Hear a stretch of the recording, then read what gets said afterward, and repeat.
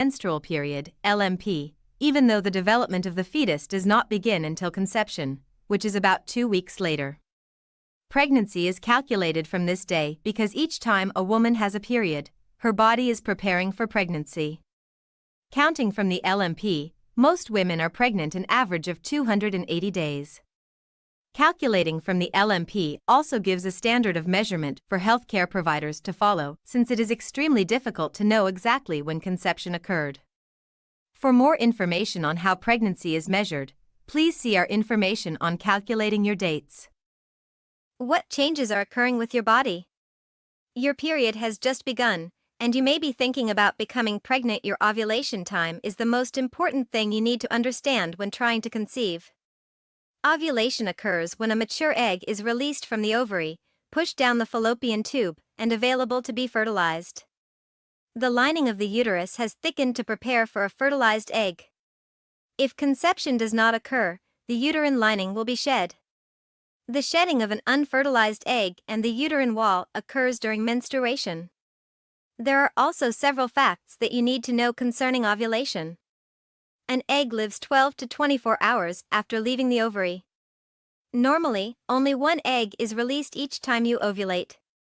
Ovulation can be affected by stress, illness, travel, and significant changes in weight, exercise, and sleeping patterns. Some women may experience light spotting during ovulation. This is not considered to be an actual period, but rather an ovulatory bleeding. What is happening with your baby? Nothing is happening yet, but be patient while the stage is being set. Before long, an egg will be released and will be available to be fertilized. How do you track ovulation? A woman's monthly cycle is measured from the first day of her menstrual period until the first day of her next period. On average, a woman's cycle normally is between 28 to 32 days. Ovulation is calculated by starting with the first day of the cycle, which is the day the menstrual period begins. Most women ovulate on any one day between day 11, day 21 of their cycle. This is what many refer to as the fertile time or fertility window of a woman's cycle because sexual intercourse during this time increases the chance of pregnancy. For more information on tracking ovulation, please see Fertility Awareness, Understanding Ovulation, Ovulation Calendar. What should you plan at this time? There may need to be some lifestyle changes made at this time to increase your chances of conceiving and having a healthy baby down the road. Adequate exercise and a balanced diet are important factors to evaluate. It is recommended to begin taking prenatal vitamins and stop using substances such as caffeine, artificial sweeteners, alcohol, recreational drugs, nicotine. If you are taking prescription drugs, check with your healthcare provider to see if such medication is safe to take during pregnancy. For more information on nutrition during pregnancy, please see our information on preconception nutrition. Tips for making your pregnancy better. The most important thing you can do right now is to act in the way you would if you already knew you were pregnant. Since it can be weeks before you know if conception has occurred, this will protect both you and your future baby from any substances or activities that could cause problems. 3 weeks pregnant. Sperm met egg last week, and voila, you've made a baby. It's so early that when you're 3 weeks pregnant, you may have no idea that you're actually pregnant. Conception just happened a few days ago, and there probably hasn't been time for you to miss a period yet at week 3 of pregnancy. Can you tell you're pregnant at 3 weeks? While some people feel no difference at all at this early stage, others may start to notice 3 weeks pregnant symptoms. The experience at 3 weeks pregnant can really vary, so don't fret if you don't feel anything out of the ordinary. However, if you feel nauseous and your breasts are sore, that's normal too. Everything changes quickly in early pregnancy, so no matter how you feel, be prepared to feel different in a week. 3 weeks pregnant symptoms. When you're 3 weeks pregnant, symptoms may not have appeared yet. That's because most early pregnancy symptoms are spotting as the fertilized egg burrows into the lining of your uterus. Nausea. As the pregnancy hormone HCG begins to make its way through your newly pregnant body, you may notice some feelings of queasiness or nausea so bad it makes you puke. Morning sickness should really be called all-day sickness since it doesn't discriminate by time of day. If you're feeling this symptom of pregnancy at 3 weeks, you may be further along than you thought, or you may even be 3 weeks pregnant with twins. That's because twin moms-to-be often have higher levels of pregnancy hormones and therefore worse nausea. Breast changes: your breasts can start to get sore and your nipples may darken as your body starts prepping to make milk. Missed period. If your cycle is typically shorter than 28 days, you may realize toward the end of this week that you could be pregnant. The only way to know for sure is to take a pregnancy test. Positive home pregnancy test. Check the box of your home pregnancy test to see how accurate its results are before your missed period. Most are over 99% accurate once you've missed it, and some brands promise to detect pregnancy hormones in your urine sooner than that. For example, when you're 3 weeks 5 days pregnant or even 3 weeks 4 days pregnant. Here's the thing: the amount of pregnancy hormone HCG in your body might not be enough for the test to detect right away, but it doubles every 48 hours.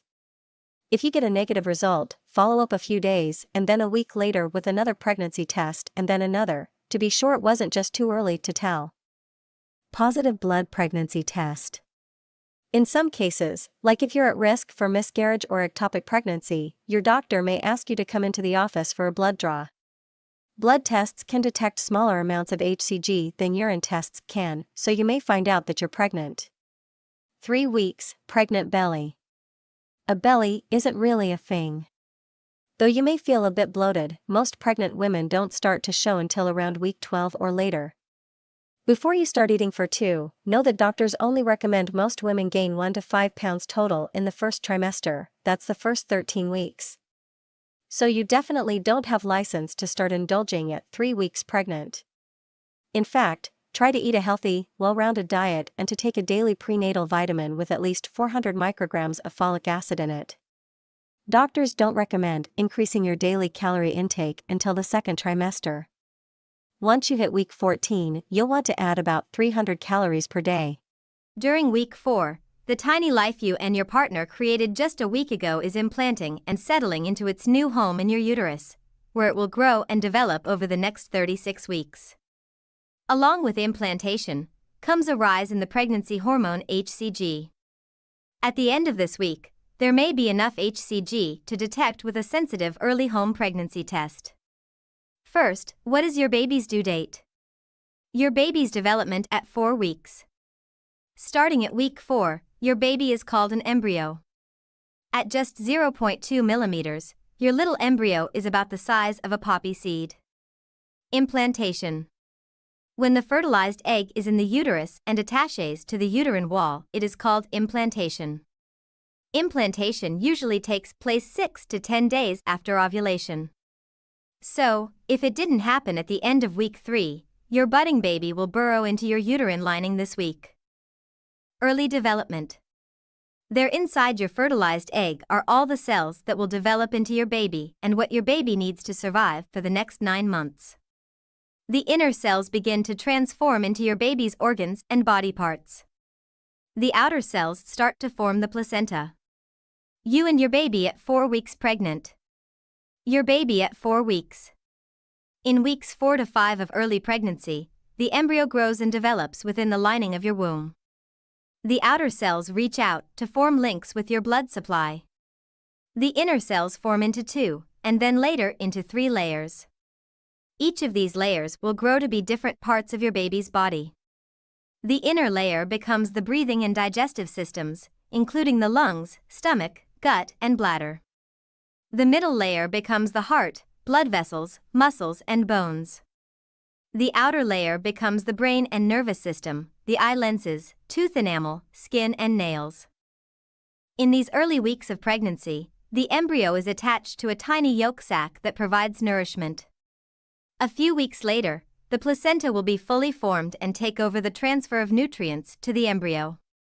The embryo is surrounded by fluid inside the amniotic sac. It's the outer layer of this sac that develops into the placenta.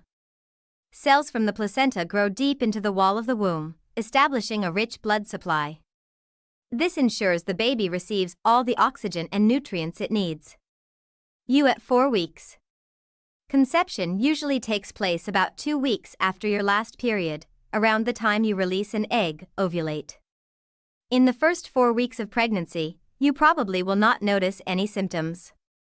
The first thing you may notice is that your period does not arrive, or you may have other signs and symptoms of pregnancy, such as breast tenderness.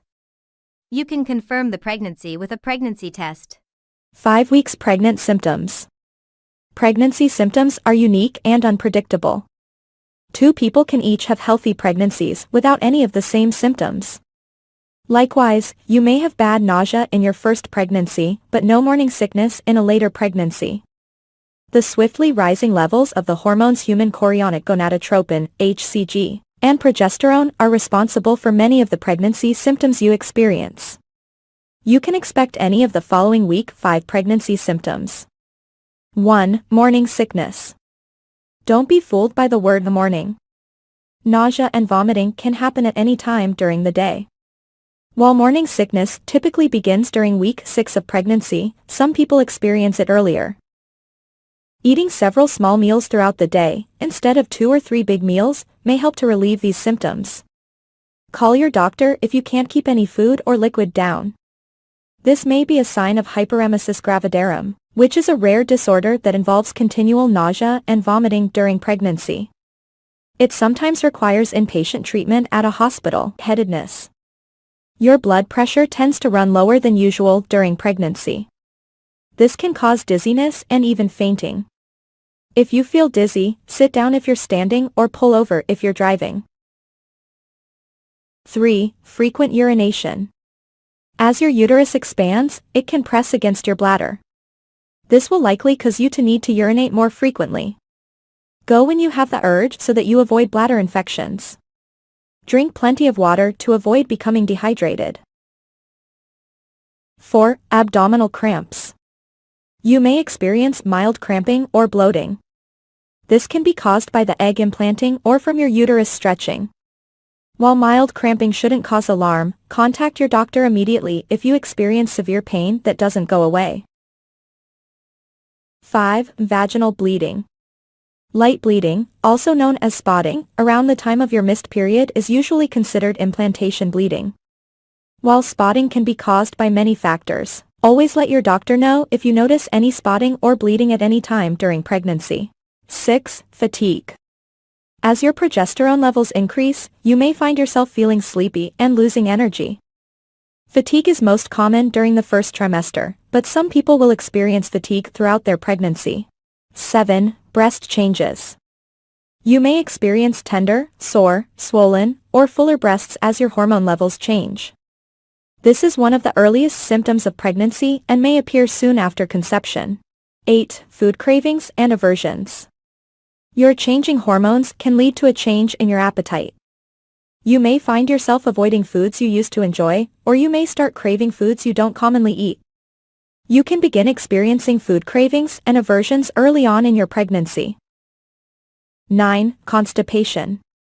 Your food will start moving more slowly through your digestive system to give nutrients more time to be absorbed into your bloodstream and reach your baby.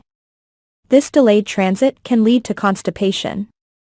Eating more fiber and drinking lots of fluids can help relieve or eliminate constipation. 10. Increased vaginal discharge. Vaginal discharge during pregnancy may be expected. It should be thin, white, milky, and mild smelling.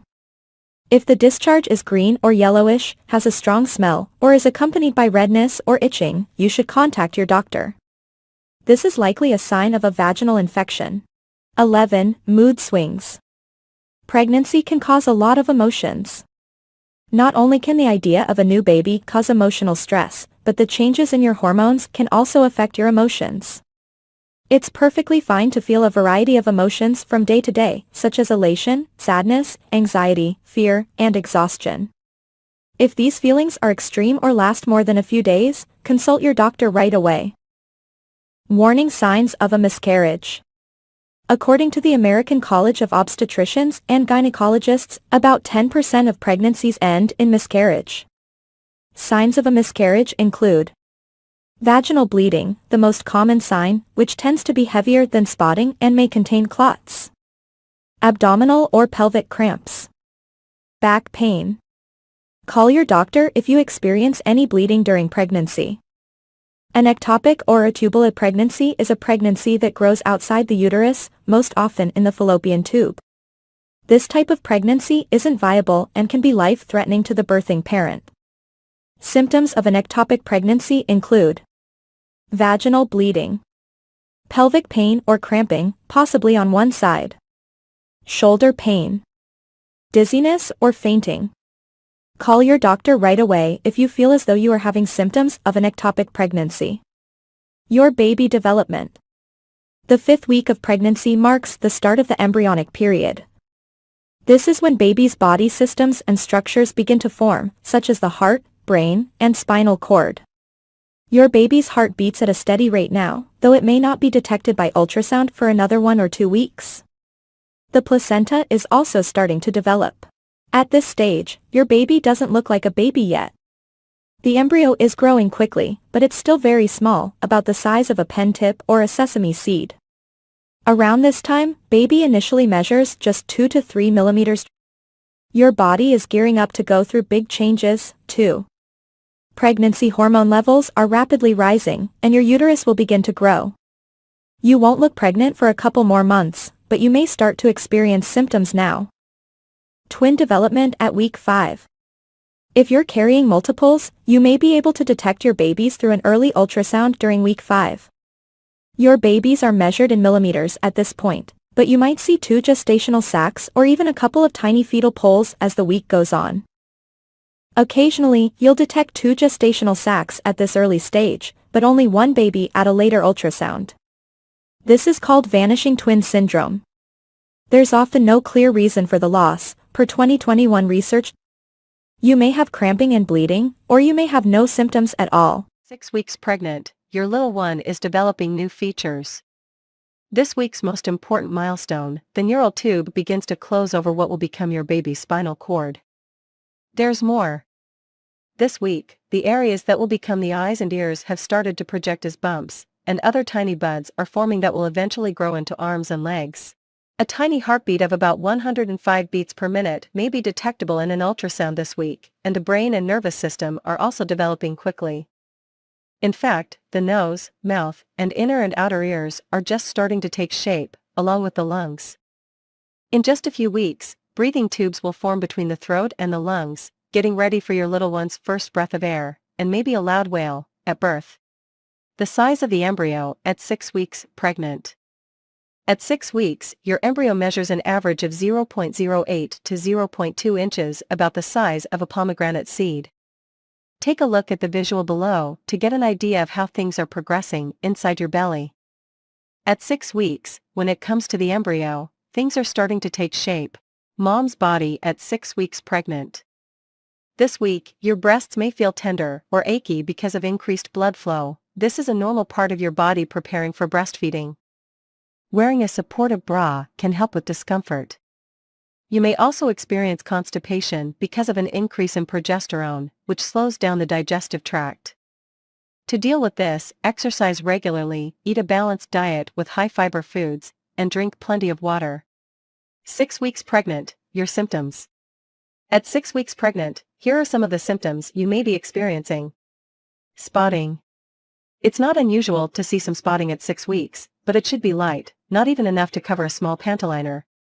This implantation bleeding is normal, but if you see a lot of blood, if the spotting lasts longer than 2 days, or you have any concerns, be sure to see your doctor right away.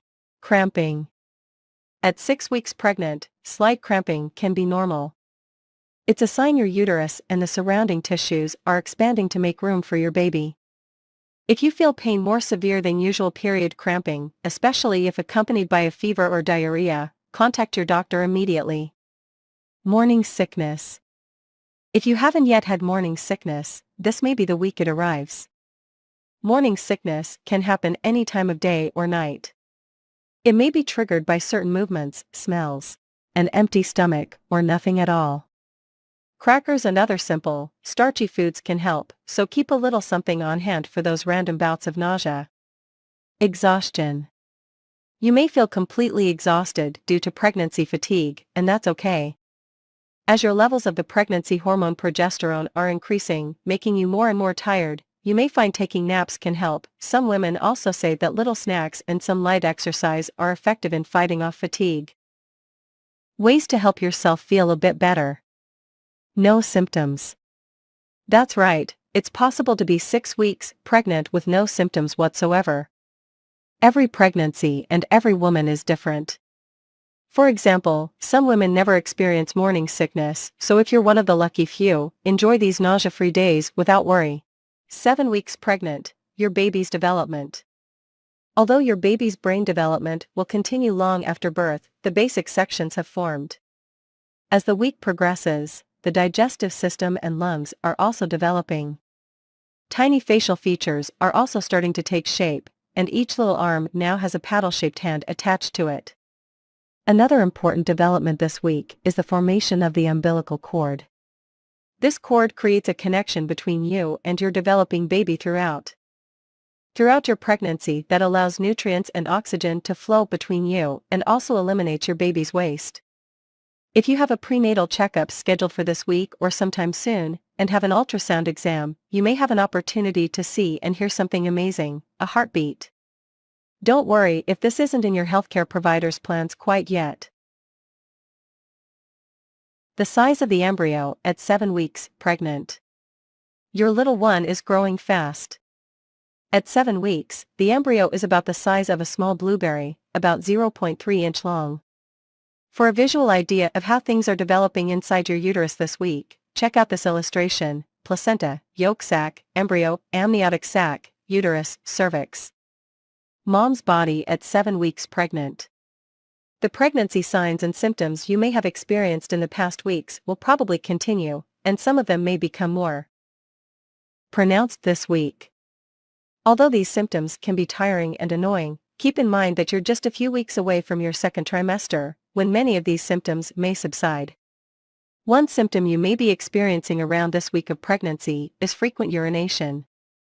Hormonal changes and increased blood volume are to blame for this. Now that there's more fluid in your system, it means more for your kidneys to process, and as a result, more urine is produced. 7 weeks pregnant, your symptoms. At 7 weeks pregnant, here are some of the symptoms you may be experiencing. Excess salivation. You may notice more saliva than usual, often accompanying the nausea and vomiting of morning sickness. It may feel weird, but this is just another strange, yet normal part of pregnancy for many women. Food cravings or aversions. Feel like pickles and chocolate for dinner? Can't stand the smell of eggs even though it never used to bother you? Your food preferences and tolerance for odors may change during this time, and these changes are most likely caused by hormones. If you find yourself craving any non-food items, like dirt or chalk, talk to your healthcare provider right away. Nausea. Of all of this week's symptoms, morning sickness can be the worst. It's often in full effect at this stage, and it can make you feel absolutely miserable. Luckily, for many women it's likely to disappear during the second trimester. Diarrhea. As if you needed another trip to the bathroom at 7 weeks, diarrhea is usually nothing to worry about. It may be one of the gastrointestinal symptoms, like constipation or indigestion, that you might experience due to fluctuating hormones. Try adding foods like applesauce, oatmeal, and bananas to your diet to help absorb any excess water, and stay hydrated, as diarrhea can lead to dehydration. Spotting. Light spotting at 7 weeks pregnant is considered normal, especially after sex. If you notice heavy or bleeding, call your healthcare provider. Cramping. If you feel mild cramps, what you're experiencing is quite normal. Your uterus is expanding, so some discomfort is to be expected. If the cramping is severe or long-lasting, or if you feel pain other than cramping, call your healthcare provider. Fatigue. You may continue to feel exhausted this week. Your levels of the hormone progesterone are quickly increasing, and it's this hormone that can make you feel sleepy. 8 weeks pregnant, your baby's development. This week, hands and feet are forming tiny fingers and toes, and those arms are able to flex at the elbows and wrists. At this point, eyes begin to develop pigment, and genitals are forming too, although it's still too soon to know whether you're expecting a boy or a girl.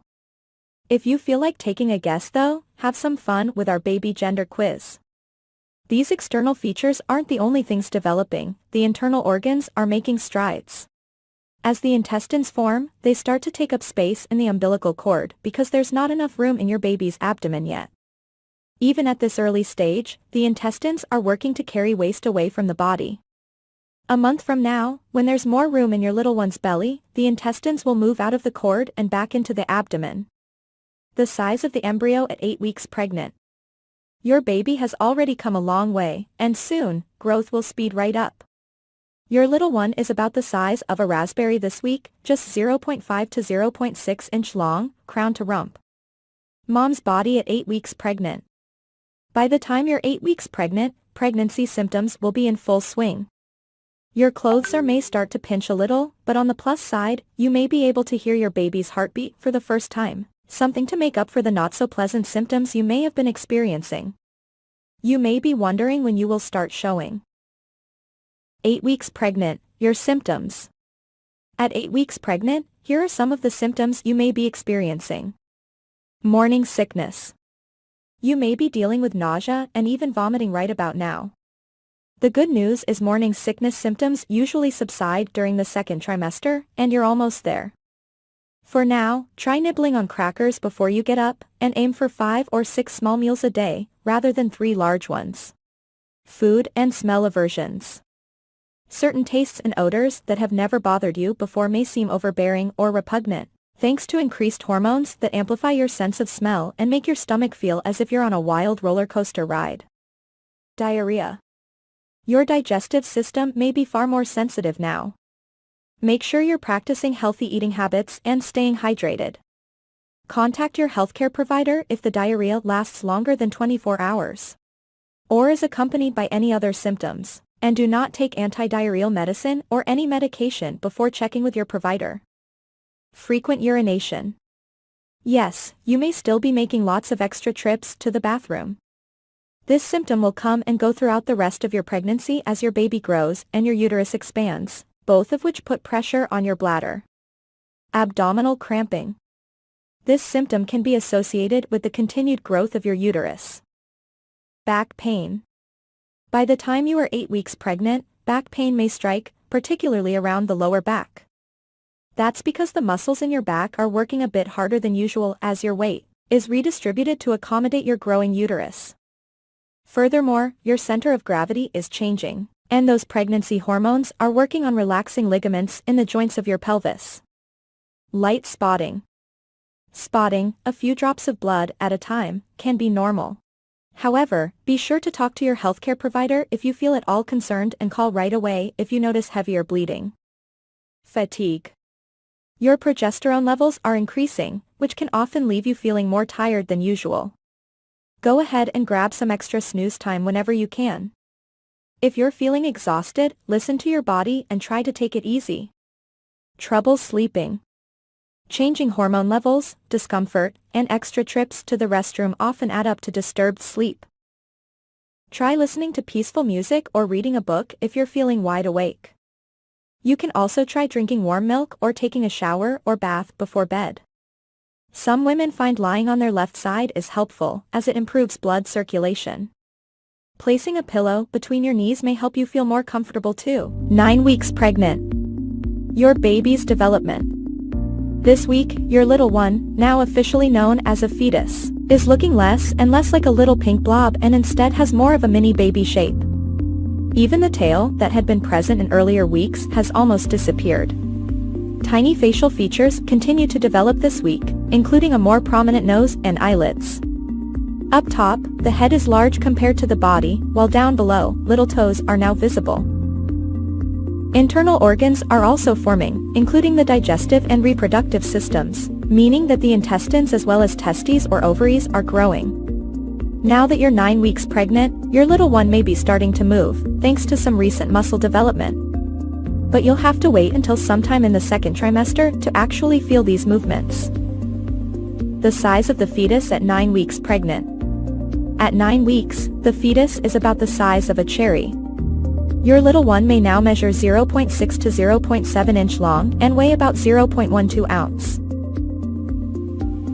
Mom's body at 9 weeks pregnant. Symptoms at 9 weeks pregnant may include changes to your breasts. They are probably fuller, heavier, and tender to the touch due to the enlargement of your milk glands and an increase in fatty tissue. Although your breasts will likely continue to grow throughout your pregnancy, the sensitivity will usually subside once your body adjusts to the surge of pregnancy hormones. 9 weeks pregnant, your symptoms.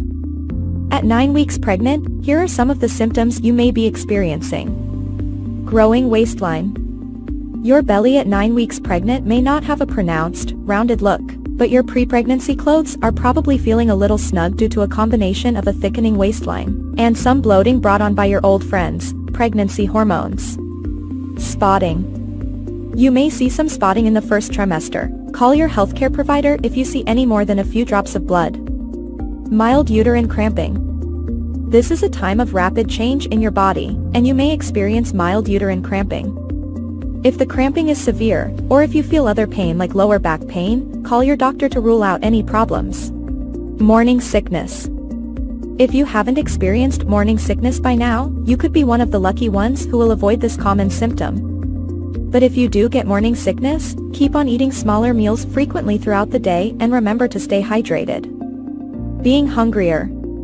You may start to feel a bit hungrier than usual, so munch on some extra snacks, keeping in mind that you only need to add about 300 calories to your daily intake. Foods like fruit, cereal, and yogurt are great choices. Food cravings and aversions. Your sense of smell is heightened now, and foods and smells you once enjoyed may now seem unpleasant.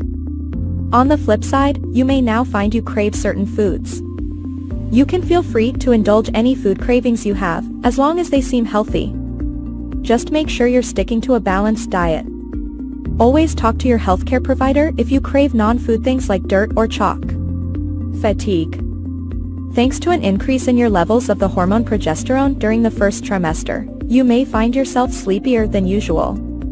Rest as much as you can during the day, particularly if you're having trouble sleeping at night. Feeling moody. If you're feeling on top of the world one minute and doomed the next, you can thank pregnancy hormonal changes. Speak to loved ones about how you're feeling. It may help you feel a little better, and seek help from your healthcare provider if your mood swings are severe. Frequent urination. Yes, those extra trips to the bathroom may still be a part of your day as your baby grows and your uterus presses against your bladder. This need to pee more often may also be caused by the increased volume of blood in your body, which makes your kidneys work overtime. Don't drink less water, as staying hydrated is important, but try to go to the restroom before you head out the door or before you go into a long meeting. If you notice a burning sensation or pain when you pass urine, call your doctor, because this can be a sign of a urinary tract infection. Acne. If you're experiencing acne now and didn't before you got pregnant, or if your acne is worse now than before, it may be one of your pregnancy symptoms. Read up on how you can combat some of those spots and blemishes, and remember that it's just one of those pesky pregnancy hormone-related symptoms that should clear soon after your baby is born.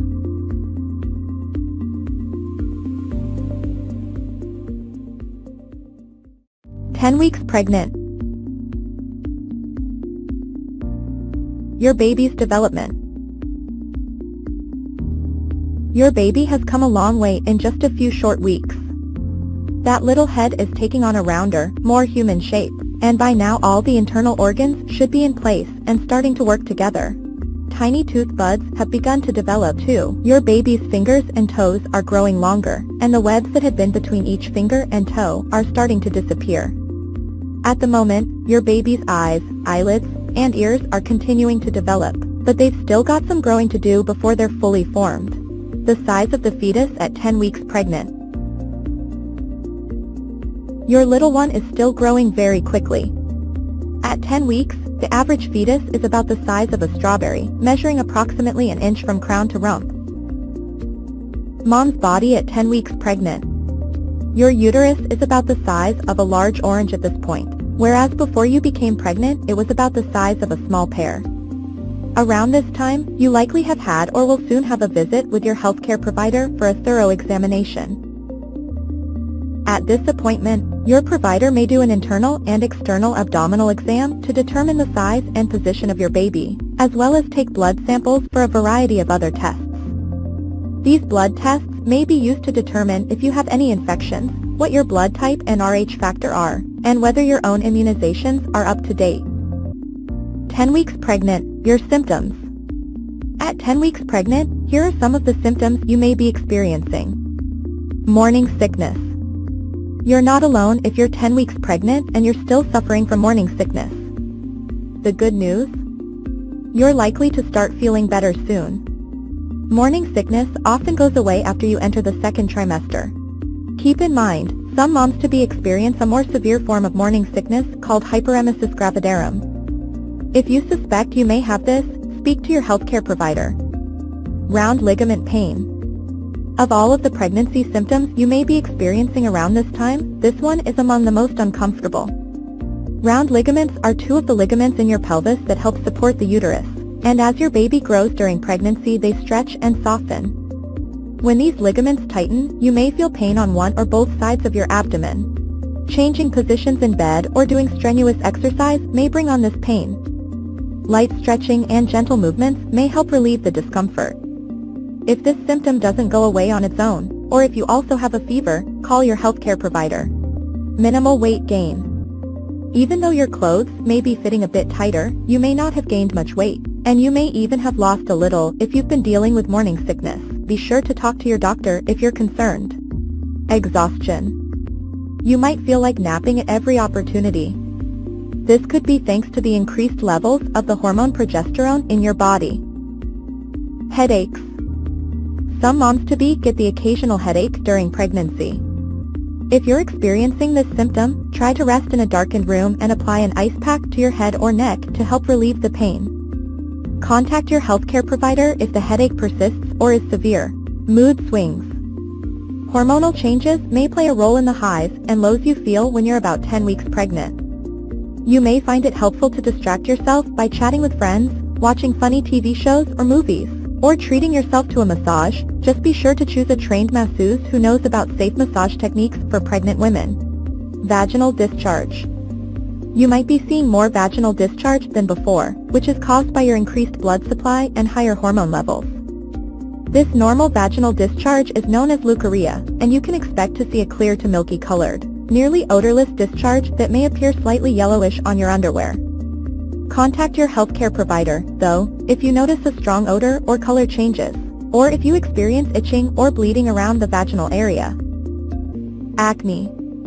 If you're experiencing acne now and didn't before you got pregnant, or if your acne is worse now than before, it may be one of your pregnancy symptoms. Remember that it's just one of those pesky pregnancy hormone-related symptoms that should clear soon after your baby is born. 11 weeks pregnant, your baby's development. From an oversized head to tiny tooth buds, this week is full of exciting growth and changes, both big and small. Your baby's facial features are slowly maturing, with the ears now moving toward their final position on the sides of the head, and the eyes set wide apart with eyelids fused shut. Genitals are forming too, although it's still too early for your healthcare provider to tell if you're having a girl or a boy. But even though you don't know your baby's gender yet, why not start a list of your favorite baby names for boys and girls? Have some fun with our baby name generator. You still have plenty of time to browse and find a name you love. Tiny buds that will eventually become teeth are developing. The head makes up half the total body length at this stage, although in the coming weeks the body will grow significantly too. To support all this growing, your baby now needs more nutrients, so the placenta grows, and its red blood cells increase in number to meet this need. The size of the fetus at 11 weeks pregnant. At 11 weeks, the fetus is about the size of a Brussels sprout. From crown to rump, the average length is now 2 inches, and the average fetus weighs just about 0.33 ounce. Mom's body at 11 weeks pregnant. Are you having unusual food cravings this week? They're quite common. Between 50 and 90% of women experience these cravings at some point during pregnancy. No one knows for sure why pregnancy cravings occur. Some medical experts believe these cravings are your body's way of telling you what it needs, while others blame them on changing hormone levels. As long as your food choices are part of a healthy pregnancy diet, go ahead and eat up. There is a type of craving that needs medical attention. However, if you crave non-food items like clay or dirt, contact your healthcare provider. 11 weeks pregnant, your symptoms. At 11 weeks pregnant, here are some of the symptoms you may be experiencing. Breast growth. Your breasts may be a little larger now, and you can expect to see even more growth as your pregnancy progresses. Some of this may be because the milk glands grow in preparation for breastfeeding. You might gain up to 3 pounds of breast tissue over the course of your pregnancy. Increased vaginal discharge. Your body may be releasing more clear vaginal discharge now. This is normal as long as it is odorless and clear or white in color. If you notice changes including blood, itchiness, or a foul odor, contact your healthcare provider to rule out problems. Dark abdominal line. You might notice you have developed a long, dark line that runs vertically down the center of your belly. It's called the linea nigra, or the pregnancy line, and it's thought to be associated with hormonal changes. This line will likely fade after your baby's birth. Leg cramps. You may be troubled by tight, painful leg cramps, particularly at night. This can make it tough to get a good night's rest. Stretching can help with leg cramps, as can exercise. In some cases, mineral depletion may contribute to having leg cramps, so make sure that your diet is giving you enough calcium and magnesium, and take care to stay hydrated. Fatigue. Right now, your levels of the pregnancy hormone progesterone are increasing, which can sometimes make you sleepy when you'd rather be alert. And, if you've been waking to pee or having leg cramps or getting heartburn during the night, your sleep may be suffering too. Eliminating caffeine and following a relaxing bedtime ritual every evening can help fight pregnancy fatigue. Mood swings. You can thank your heightened hormone levels if you've been experiencing mood swings or moodiness lately. Try to avoid stress, and ensure you're getting enough iron in your diet. Practicing yoga, doing simple meditations, or relaxing while listening to soft music might help you feel a little better. You could also ask your healthcare provider for advice on dealing with your mood swings, particularly if they're interfering with your daily life. Morning sickness. You might experience queasiness and even vomiting at 11 weeks pregnant, and this can occur at any time of day. Morning sickness often subsides in the second trimester, though, and you're almost there.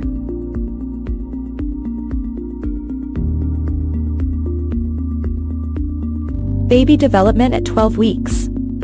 Your baby is about the size of a lime. Length: 2.13 inches. Weight: 2.05 ounces. Small movements. This week, your baby can open and close their hands, making a fist, and curl their toes. Tiny fingernails. Your baby has itsy bitsy nails growing on their fingers and toes. Your baby's intestines. The stomach and esophagus started forming around 7 weeks of pregnancy, and your baby's intestines grew so fast that they protruded into the umbilical cord. Soon, the abdominal wall will close and their intestines will make their way inside their abdomen. Your baby, although tiny, is now fully formed. They are about the size of a plum. The placenta is also now fully formed, although it will keep growing throughout your pregnancy. The placenta is your baby's life support system, passing oxygen, nutrients and antibodies from your blood supply to your baby.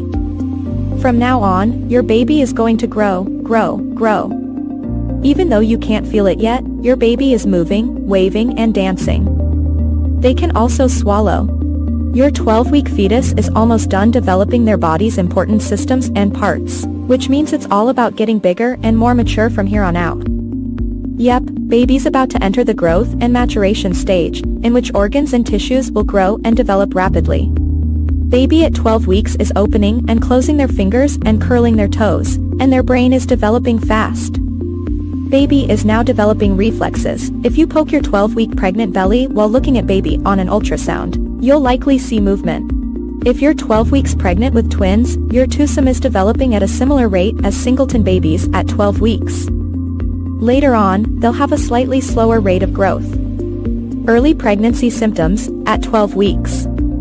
Your signs of pregnancy may include an aching stomach, nausea, mood swings, a metallic taste in your mouth, sore breasts, indigestion and heartburn, headaches, dizziness, new likes and dislikes for food and drink, a heightened sense of smell, a white milky pregnancy discharge from your vagina, light spotting, see your doctor if you get bleeding in pregnancy, cramping, a bit like period pains, darkened skin on your face or brown patches, this is known as chloasma or the mask of pregnancy, greasier, spotty skin, thicker and shinier hair, bloating and the feeling of being bloated.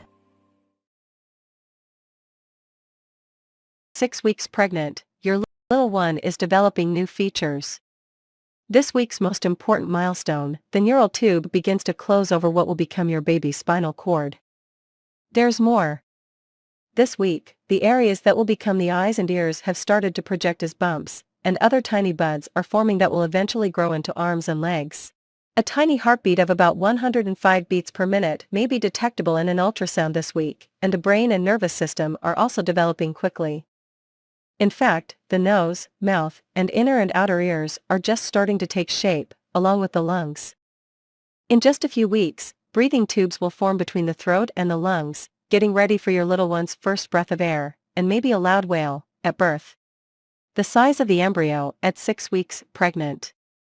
At 6 weeks, your embryo measures an average of 0.08 to 0.2 inches, about the size of a pomegranate seed. Take a look at the visual below to get an idea of how things are progressing inside your belly. At 6 weeks, when it comes to the embryo, things are starting to take shape. Mom's body at 6 weeks pregnant. This week, your breasts may feel tender or achy because of increased blood flow. This is a normal part of your body preparing for breastfeeding. Wearing a supportive bra can help with discomfort.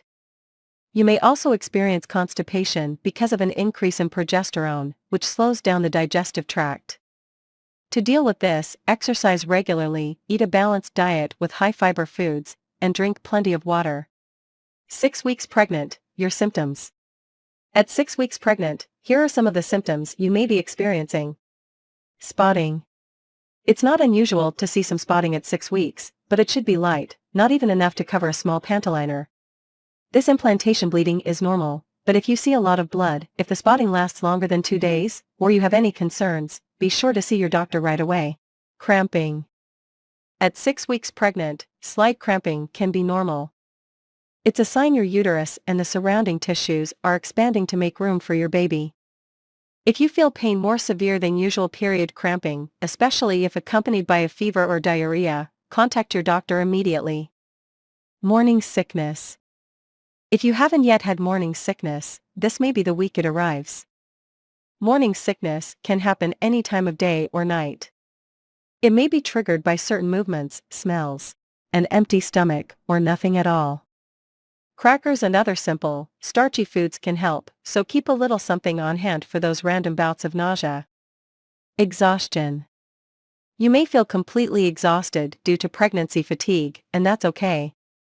As your levels of the pregnancy hormone progesterone are increasing, making you more and more tired, you may find taking naps can help. Some women also say that little snacks and some light exercise are effective in fighting off fatigue. Ways to help yourself feel a bit better. No symptoms. That's right, it's possible to be 6 weeks pregnant with no symptoms whatsoever. Every pregnancy and every woman is different. For example, some women never experience morning sickness, so if you're one of the lucky few, enjoy these nausea-free days without worry. Oh hey everyone, welcome back to, today we have a topic that's close to the hearts of many expecting mothers out there. Maintaining fitness while pregnant. Whether you're a mom-to-be or just curious, this video is packed with tips to keep you active and healthy throughout your pregnancy journey, so let's dive in. Segment 1. The importance of staying active. Pregnancy is not a reason to hit pause on your fitness journey. In fact, staying active during this special time can bring a world of benefits, from boosting your mood to improving your posture and sleep. The advantages are endless, but of course safety is key, so let's talk about the types of exercises that are perfect for moms to be. Segment 2. Safe and effective exercises. Now, when it comes to exercising during pregnancy, it's crucial to choose activities that are gentle on your changing body. Opt for low-impact exercises like walking, swimming, and prenatal yoga. These not only keep your heart pumping but also help in maintaining muscle tone and flexibility. Remember, always consult with your healthcare provider before starting any new workout routine. Segment 3. Tailoring your workouts. One size doesn't fit all, especially when it comes to pregnancy workouts. Tailoring your exercises to your individual needs is key. If you were active before pregnancy, you might be able to continue with modifications, but if you're new to exercise, start slow and gradually increase intensity. Our bodies are incredible, and adapting our workouts ensures a healthy journey for both mom and baby. Segment 4. Listen to your body. Pregnancy comes with its own set of physical changes, and it's essential to listen to your body. If something doesn't feel right, modify or skip it. This isn't the time to push your limits. Pay attention to your energy levels and give yourself the rest you need. Remember, a happy and healthy mom means a happy and healthy baby. Segment 5. Building a support system. Host. Staying fit during pregnancy is not just about the physical aspect. Point 4s. Greater than. It's also about having a strong support system. Connect with other expecting moms, join prenatal fitness classes, or even involve your partner in your workouts. Having a community around you can make this journey even more enjoyable. Conclusion. And there you have it. Tips and tricks to stay fit and active during pregnancy. Remember, every pregnancy is unique, so consult with your healthcare provider to create a personalized fitness plan. If you enjoyed this video, give it a thumbs up, and don't forget to subscribe for more content. Take care. Conceiving with PCOS, 20 tips for a successful pregnancy journey. 1. Introduction. Welcome to our channel. Today, we're discussing a topic that many women with polycystic ovary syndrome, PCOS, face: how to increase the chances of getting pregnant despite PCOS. 2. Understand PCOS. Briefly explain what PCOS is and its impact on fertility. 3. Consult a specialist. Point out the importance of seeking advice from a fertility specialist or gynecologist. 4. Lifestyle changes. Discuss the significance of adopting a healthy lifestyle, including a balanced diet and regular exercise. 5. Maintain a healthy weight. Highlight the connection between weight management and PCOS-related fertility issues. 6. Monitor ovulation. Explain methods for tracking ovulation, such as using ovulation predictor kits. 7. Timing intercourse. Offer guidance on the optimal timing for intercourse during the menstrual cycle. 8. Fertility-friendly diet. Suggest foods that may positively impact fertility for women with PCOS. 9. Stay hydrated. Emphasize the importance of staying hydrated for overall reproductive health. 10. Reduce stress. Discuss stress management techniques, as stress can impact fertility. 11. Supplements. Introduce supplements like folic acid and inositol that may support fertility. 12. Medications. Briefly mention medications that may be prescribed to regulate ovulation. 13. In vitro fertilization, IVF. Touch on the option of assisted reproductive technologies like IVF. 14. Acupuncture. Mention studies suggesting acupuncture may aid fertility in women with PCOS. 15. Regular checkups.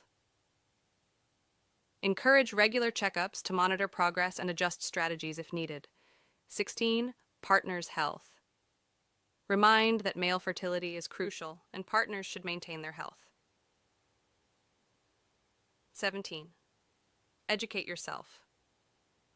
Encourage women with PCOS to educate themselves on their condition and fertility. 18. Community support.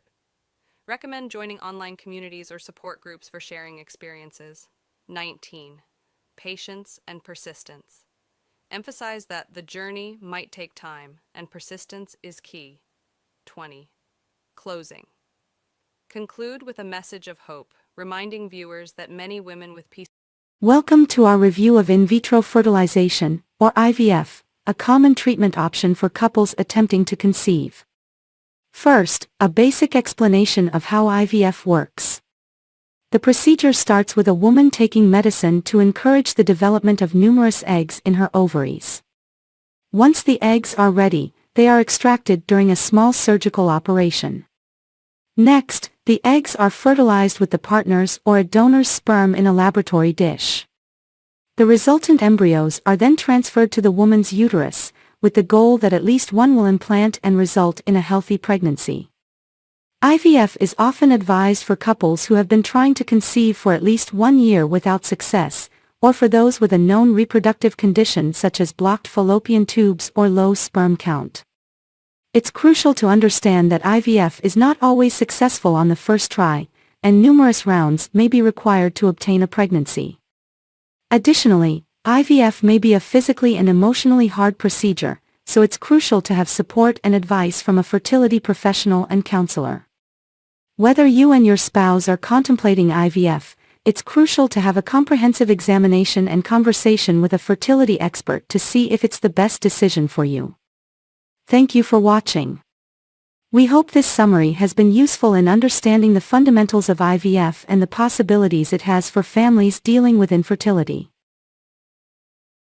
Title: How to Check a Pregnancy Test, a Comprehensive Guide. 1. Introduction. Welcome to our guide on how to check a pregnancy test accurately. 2. Importance of timing. Timing is crucial for accurate results. Discuss when to take the test for the best outcome. 3. Understanding pregnancy tests. Explain the types of pregnancy tests available, urine tests, and blood tests. 4. Choosing the right test. Guide viewers on selecting a reliable pregnancy test kit. 5. Reading the instructions. Emphasize the importance of thoroughly reading the instructions before starting the test. 6. Gathering supplies. List the necessary items needed for taking the test. 7. Collecting urine sample. Offer tips on how to collect a urine sample properly for the test. 8. Performing the test. Step-by-step demonstration on how to perform the test accurately. 9. Waiting period. Explain the waiting period before checking the results and why it's essential. 10. Interpreting results. Provide guidance on interpreting the results correctly, including what different symbols or lines mean. 11. False positives and negatives.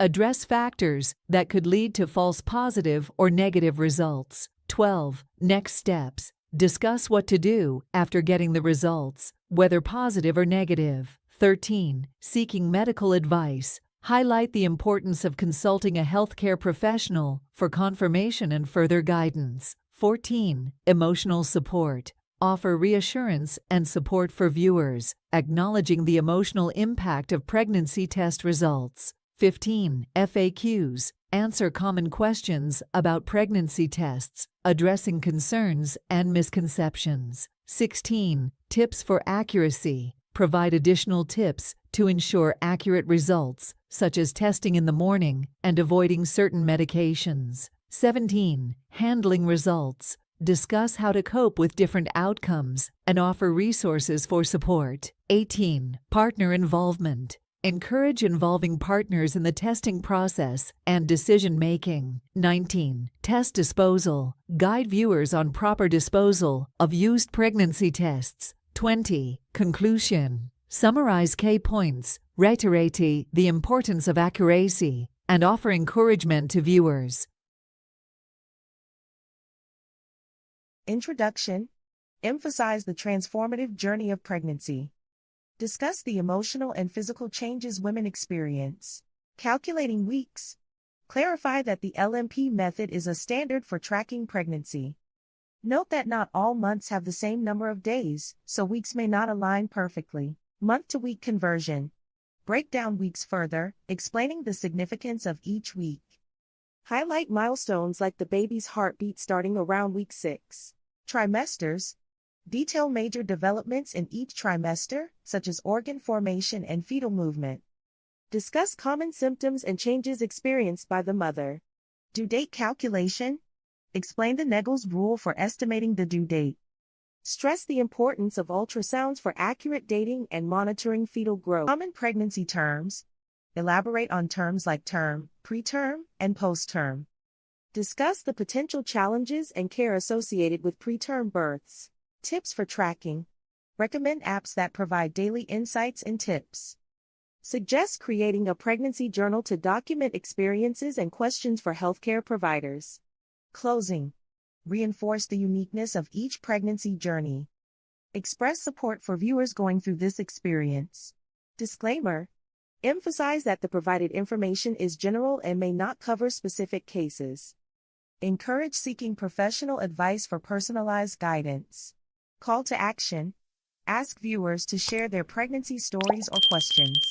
Providers for accurate and personalized information.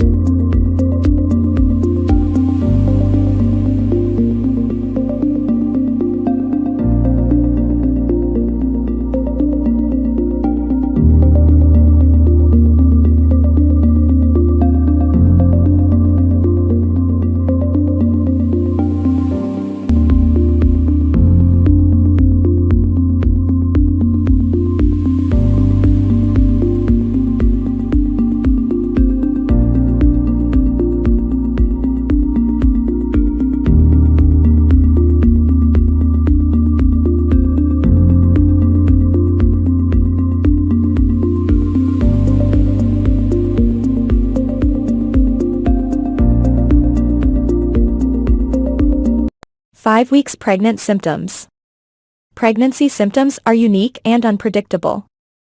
Two people can each have healthy pregnancies without any of the same symptoms.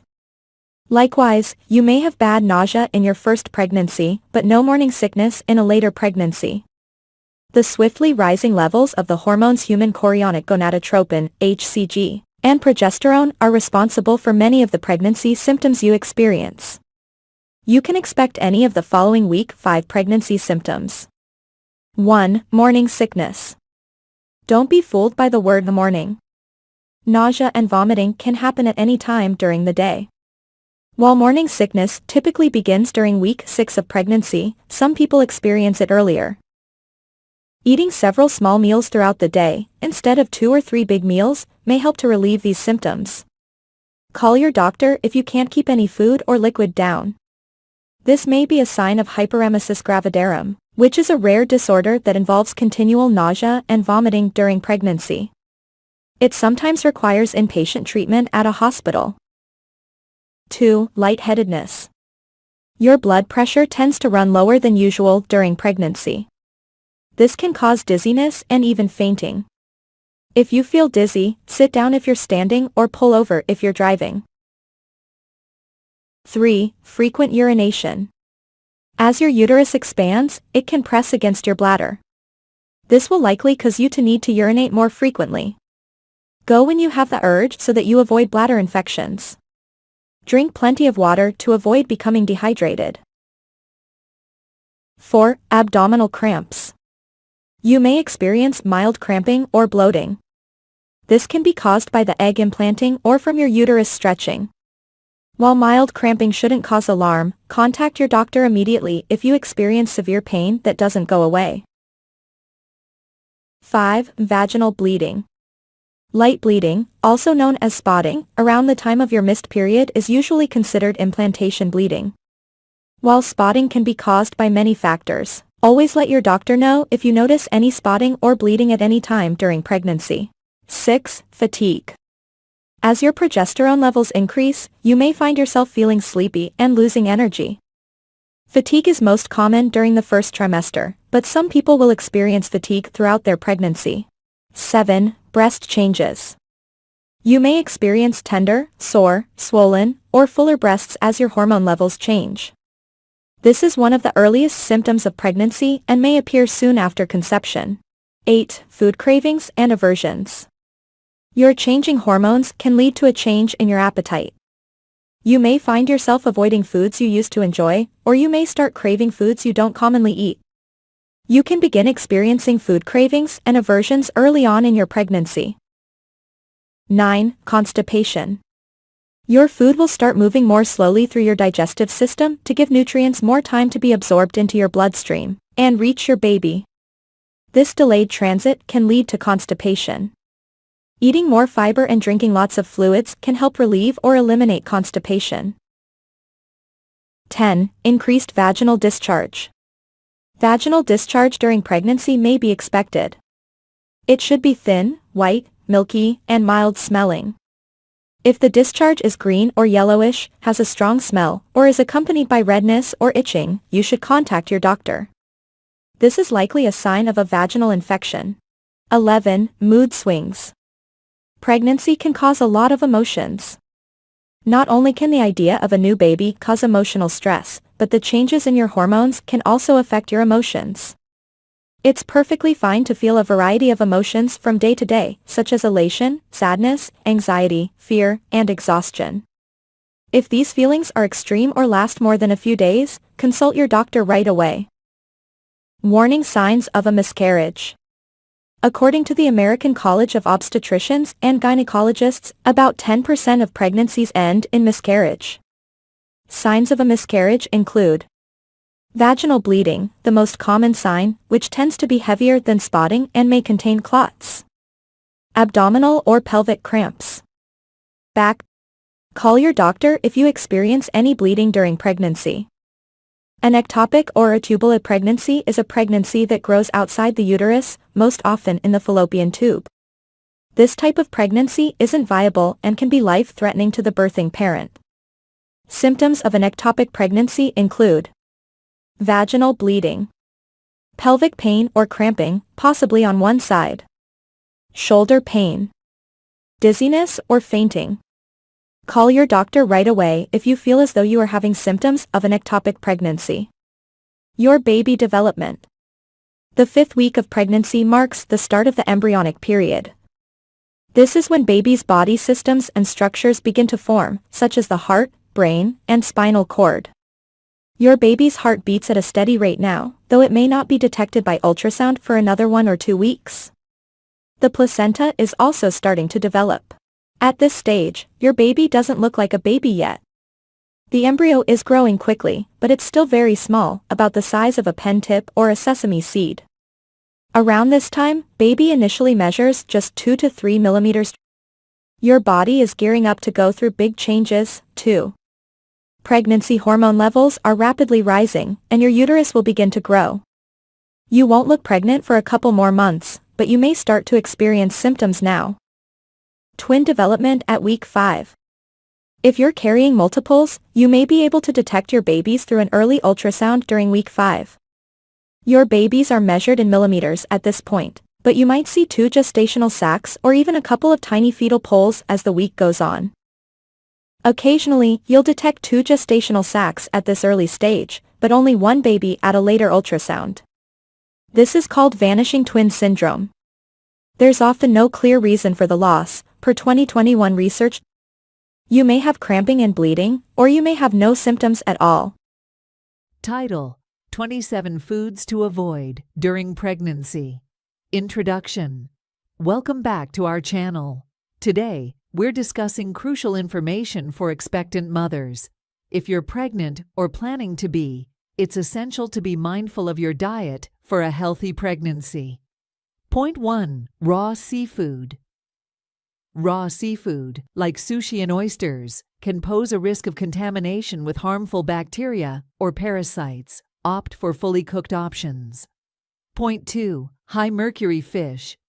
Avoid high mercury fish, such as shark, swordfish, king mackerel, and tilefish. Mercury can harm the developing nervous system of the fetus. Point 3. Undercooked eggs. Ensure that eggs are fully cooked to avoid the risk of salmonella infection. Point 4. Raw or undercooked meat. Raw or undercooked meat may harbor bacteria or parasites. Cook meat thoroughly to eliminate these risks. Point 5. Unpasteurized dairy. Unpasteurized dairy products can contain harmful bacteria like Listeria. Stick to pasteurized options for safety. Point 6. Excessive caffeine. Limit caffeine intake to avoid potential complications. Opt for decaffeinated beverages when possible. Point 7. High sugar and processed foods. Excess sugar and processed foods contribute to unnecessary weight gain. Focus on whole, nutrient-rich options. Unwashed produce. Ensure thorough washing of fruits and vegetables to eliminate any potential contaminants. Point 9. Alcohol. Alcohol can cause developmental issues, so it's best to abstain during pregnancy. Point 10. Artificial sweeteners. Some artificial sweeteners may have uncertain effects during pregnancy. Choose natural sweeteners in moderation. Point 11. Deli meats. Deli meats may carry the risk of Listeria contamination. Heat them thoroughly before consumption. Point 12. Soft cheeses. Avoid soft cheeses like feta, brie, and blue cheese, as they may harbor harmful bacteria. Point 13. Excessive vitamin A. High doses of vitamin A found in some supplements and liver can be harmful during pregnancy. Point 14. Raw spruce. Raw sprouts may carry a risk of contamination, so it's advisable to avoid them. Point 15. Unwashed hands and surfaces. Practicing good hygiene, including washing hands and surfaces, helps prevent foodborne illnesses. Point 16. Excessive salt.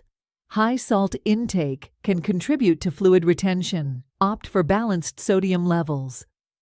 Point 17. Herbal teas. Some herbal teas may have adverse effects during pregnancy. Consult with your healthcare provider before consumption. Point 18. Excessive intake of vitamins and minerals.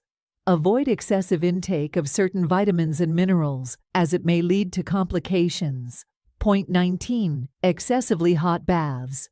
Hot baths can raise your body temperature, potentially harming the developing fetus. Stick to warm or lukewarm baths. Point 20. Raw cookie dough. Raw cookie dough may contain raw eggs, posing a risk of salmonella. Bake cookies thoroughly. Point 21. Unwashed lettuce. Ensure lettuce and other leafy greens are thoroughly washed to remove potential contaminants. Point 22. Excessive tuna. While fish is beneficial, too much tuna can lead to excessive mercury intake. Choose low mercury options. Point 23. Processed junk food. High in additives and preservatives, processed junk food should be limited for a healthy pregnancy. Point 24. Excessive exercise. While staying active is essential, avoid excessive or high-impact exercise without consulting your healthcare provider. Point 25. Certain medications.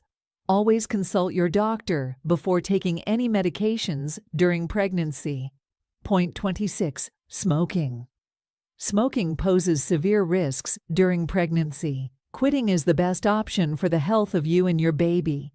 Conclusion. Remember, a healthy diet and lifestyle are crucial during pregnancy.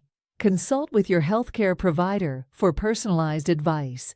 If you found this information helpful, don't forget to like, subscribe, and share. Until next time, take care. Fast Track to Fertility, Expert Tips from a Leading Doctor. 1. Introduction. Welcome, viewers. Today we're sharing the top 20 tips to boost fertility and increase your chances of getting pregnant fast. 2. Healthy lifestyle. Maintain a healthy lifestyle with a balanced diet and regular exercise to support overall well-being. 3. Nutrient-rich foods. Focus on nutrient-rich foods, including fruits, vegetables, whole grains, and lean proteins to enhance fertility. 4. Hydration. Stay well hydrated by drinking plenty of water, promoting optimal reproductive health. 5. Limit caffeine and alcohol. Reduce caffeine and alcohol intake, as excessive consumption can impact fertility. 6. Maintain a healthy weight. Achieve and maintain a healthy weight, as both underweight and overweight conditions can affect fertility. 7. Regular exercise.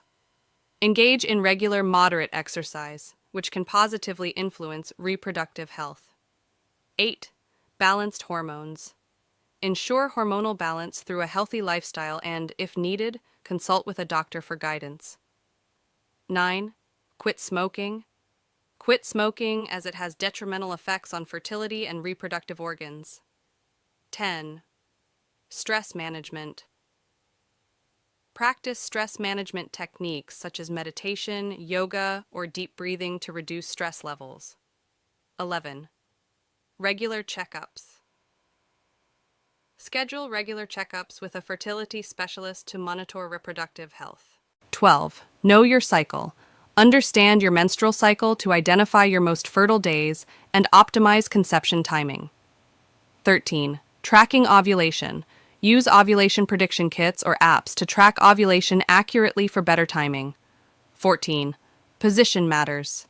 Experiment with different sexual positions to increase the chances of sperm reaching the egg. 15. Optimal timing. Be consistent with intercourse during the fertile window to maximize the chance of conception. 16. Sperm health. Encourage sperm health by avoiding hot tubs, tight underwear, and excessive heat exposure. 17. Preconception supplements. Consider taking preconception supplements like folic acid to support a healthy pregnancy. 18. Limit exposure to harmful substances. Minimize exposure to environmental toxins and chemicals that may affect fertility. 19. Fertility-friendly lubricants. Use fertility-friendly lubricants that do not hinder sperm movement. 20. Patience and emotional support. Be patient and seek emotional support during the fertility journey, understanding that it may take time. Conclusion. Thank you for watching. Implementing these tips can significantly boost your chances of getting pregnant fast. Remember, consulting with a fertility specialist is crucial for personalized advice. C-section recovery guide, 20 essential tips for new moms. 1. Introduction. Start by welcoming viewers and acknowledging the commonality of C-sections in childbirth. 2. Immediate post-op care.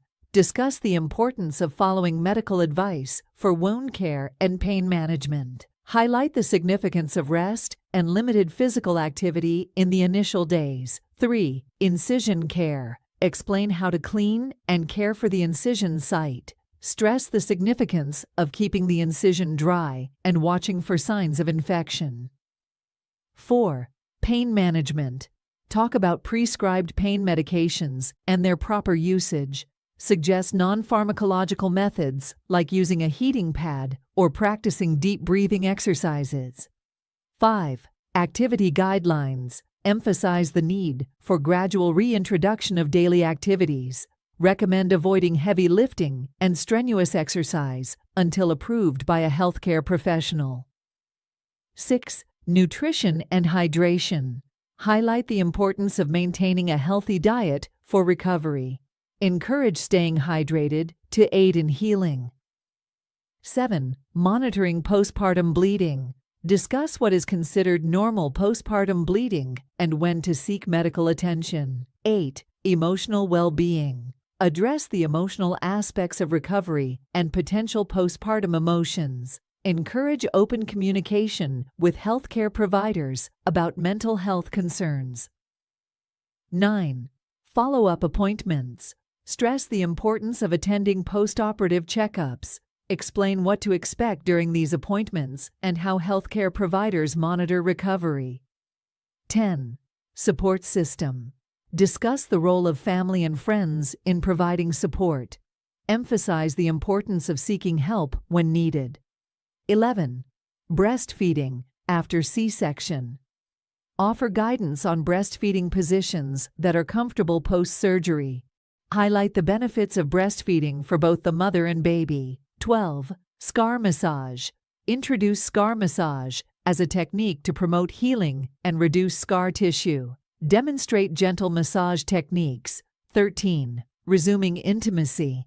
Discuss the importance of waiting until physically and emotionally ready. Provide tips for comfortable intimacy post-C-section. 14. Postpartum exercise guidelines. Explain when it's safe to start postpartum exercises. Offer examples of gentle exercises to aid in recovery. 15. Birth control options. Discuss contraceptive options suitable for post-C-section recovery. Encourage discussions with healthcare providers about family planning. 16. Warning signs. Outline potential complications and the importance of recognizing warning signs. Stress the need to seek immediate medical attention for any concerning symptoms. 17. Scar appearance. Address common concerns about the appearance of the scar. Provide reassurance that scars tend to fade over time. 18. Returning to work. Discuss factors to consider when planning a return to work. Emphasize the importance of balancing work responsibilities with ongoing recovery needs. 19. Long-term care considerations. Mention the potential for future pregnancies and how that may impact the C-section scar.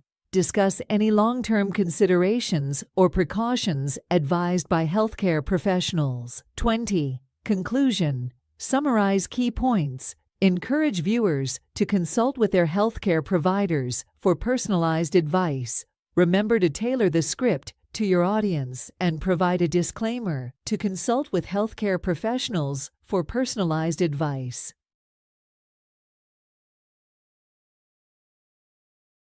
Eight weeks pregnant, your baby's development.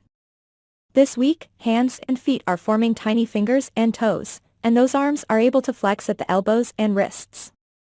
At this point, eyes begin to develop pigment, and genitals are forming too, although it's still too soon to know whether you're expecting a boy or a girl. If you feel like taking a guess though, have some fun with our baby gender quiz. These external features aren't the only things developing, the internal organs are making strides. As the intestines form, they start to take up space in the umbilical cord because there's not enough room in your baby's abdomen yet. Even at this early stage, the intestines are working to carry waste away from the body. A month from now, when there's more room in your little one's belly, the intestines will move out of the cord and back into the abdomen. The size of the embryo at 8 weeks pregnant. Your baby has already come a long way, and soon, growth will speed right up. Your little one is about the size of a raspberry this week, just 0.5 to 0.6 inch long, crown to rump. Mom's body at 8 weeks pregnant. By the time you're 8 weeks pregnant, pregnancy symptoms will be in full swing. Your clothes may start to pinch a little, but on the plus side, you may be able to hear your baby's heartbeat for the first time, something to make up for the not-so-pleasant symptoms you may have been experiencing. You may be wondering when you will start showing. 8 weeks pregnant, your symptoms. At 8 weeks pregnant, here are some of the symptoms you may be experiencing. Morning sickness. You may be dealing with nausea and even vomiting right about now. The good news is morning sickness symptoms usually subside during the second trimester, and you're almost there. For now, try nibbling on crackers before you get up, and aim for 5 or 6 small meals a day, rather than 3 large ones. Food and smell aversions. Certain tastes and odors that have never bothered you before may seem overbearing or repugnant, thanks to increased hormones that amplify your sense of smell and make your stomach feel as if you're on a wild roller coaster ride. Diarrhea. Your digestive system may be far more sensitive now. Make sure you're practicing healthy eating habits and staying hydrated. Contact your healthcare provider if the diarrhea lasts longer than 24 hours. Or is accompanied by any other symptoms, and do not take anti-diarrheal medicine or any medication before checking with your provider. Frequent urination. Yes, you may still be making lots of extra trips to the bathroom. This symptom will come and go throughout the rest of your pregnancy as your baby grows and your uterus expands, both of which put pressure on your bladder. Abdominal cramping. This symptom can be associated with the continued growth of your uterus. Back pain. By the time you are 8 weeks pregnant, back pain may strike, particularly around the lower back. That's because the muscles in your back are working a bit harder than usual as your weight is redistributed to accommodate your growing uterus. Furthermore, your center of gravity is changing, and those pregnancy hormones are working on relaxing ligaments in the joints of your pelvis. Light spotting. Spotting, a few drops of blood at a time, can be normal. However, be sure to talk to your healthcare provider if you feel at all concerned and call right away if you notice heavier bleeding. Fatigue. Your progesterone levels are increasing, which can often leave you feeling more tired than usual. Go ahead and grab some extra snooze time whenever you can. If you're feeling exhausted, listen to your body and try to take it easy. Trouble sleeping. Changing hormone levels, discomfort, and extra trips to the restroom often add up to disturbed sleep. Try listening to peaceful music or reading a book if you're feeling wide awake. You can also try drinking warm milk or taking a shower or bath before bed. Some women find lying on their left side is helpful as it improves blood circulation. Placing a pillow between your knees may help you feel more comfortable too. Welcome back to our channel. Today, we're diving into a topic that many of you have requested, the early signs of pregnancy.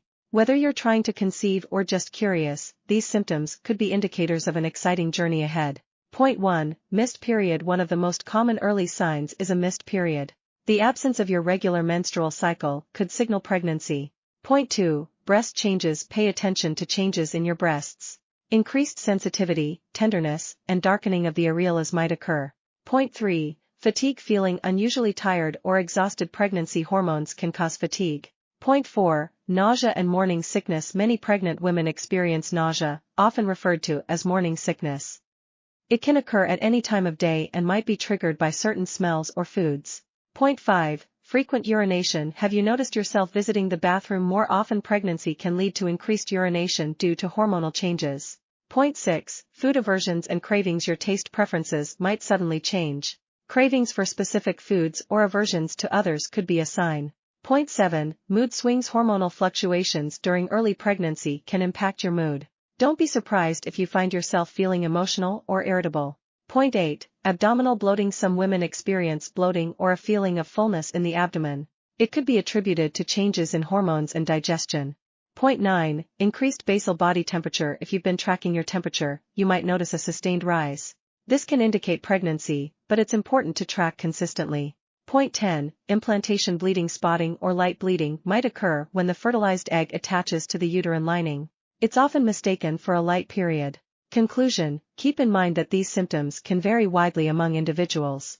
If you suspect you might be pregnant, it's always a good idea to take a home pregnancy test or consult with a healthcare professional for accurate guidance. Outro. Thanks for joining us today. If you found this video helpful, don't forget to hit that like button and subscribe for more informative content. Remember, every pregnancy journey is unique, so stay informed and take care of yourself. Until next time. Welcome back to our channel, where we provide valuable information and support for those on their journey from infertility to fertility. Today, we'll be discussing the step-by-step process of transitioning from infertility to achieving a successful pregnancy. If you're new here, don't forget to hit the subscribe button and the notification bell so you won't miss any of our informative videos. Let us dive right into it.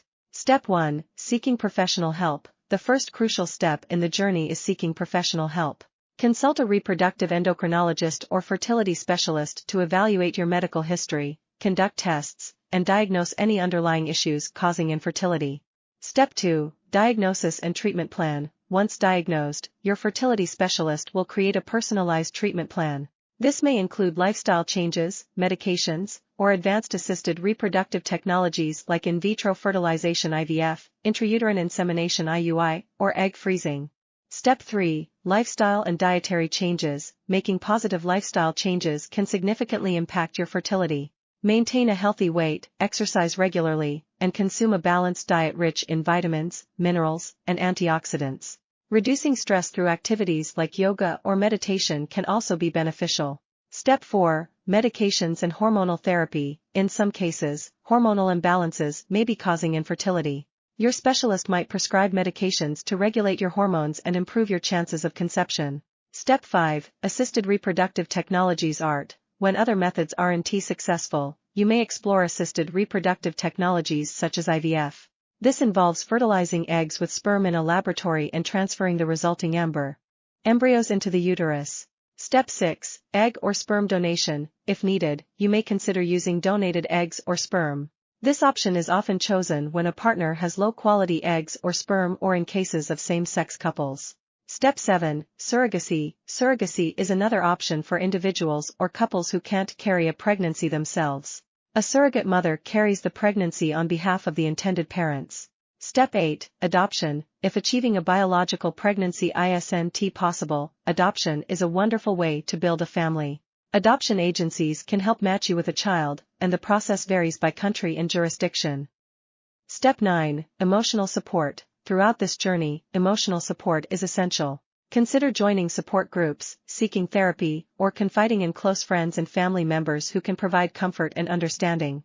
Step 10. Patience and persistence. Remember, the path from infertility to fertility can be challenging, but staying patient and persistent is key. Celebrate small victories, lean on your support network, and never lose hope. Conclusion. Host. That wraps up our step-by-step guide on transitioning from infertility to fertility. We hope you found this information helpful and encouraging. If you have any questions or would like us to cover specific topics in the future, please leave a comment below. Don't forget to give this video a thumbs up and share it with anyone who might benefit. Thank you for watching, and we'll see you in the next video. Stay strong and keep believing in the Hello everyone, and welcome to this week's video about pregnancy symptoms and baby development at 27 weeks. At this point in your pregnancy, you're already well into your second trimester, and your baby is continuing to grow and develop at an incredible pace. Let's start by talking about some of the common pregnancy symptoms you may be experiencing at 27 weeks. One of the most noticeable changes may be the size and shape of your belly, which is likely to be much larger now than it was just a few weeks ago. You may also be experiencing some swelling in your feet and ankles, as well as back pain and discomfort as your baby continues to put pressure on your spine and pelvic area. Other common symptoms at this stage of pregnancy can include indigestion, heartburn, and constipation, as well as increased fatigue and difficulty sleeping. It's important to continue to take care of yourself during this time by eating a healthy diet, staying hydrated, and getting plenty of rest whenever possible. Now, let's talk about your baby's development at 27 weeks. At this stage, your baby is approximately 14.8 inches long and weighs around 2 pounds. Their eyes are now fully formed, and they are able to blink and open and close their eyes. They are also developing their sense of hearing and may be able to recognize your voice and other familiar sounds. Your baby's lungs are continuing to develop, and they may even be practicing breathing movements in preparation for their arrival into the world. They are also beginning to store up fat, which will help to keep them warm after they are born. Another important development at this stage is the development of your baby's brain. As your baby's brain continues to grow and develop, they may begin to exhibit more complex behaviors and movements, such as grabbing onto the umbilical cord or sucking their thumb. As your due date approaches, it's important to begin thinking about your birth plan and discussing your options with your healthcare provider. This may include deciding on whether or not to use pain medication during labor, as well as considering different birthing positions and other options that can help you to have a safe and comfortable delivery. In addition to preparing for your delivery, it's also a good idea to begin thinking about your postpartum care and support. This may include arranging for help with childcare and household tasks, as well as seeking out resources for emotional support and counseling. As always, if you have any questions or concerns about your pregnancy, it's important to talk to your healthcare provider for advice and guidance. So that's it for this week's video on pregnancy symptoms and baby development at 27 weeks. Thanks for tuning in, and we'll see you in next video.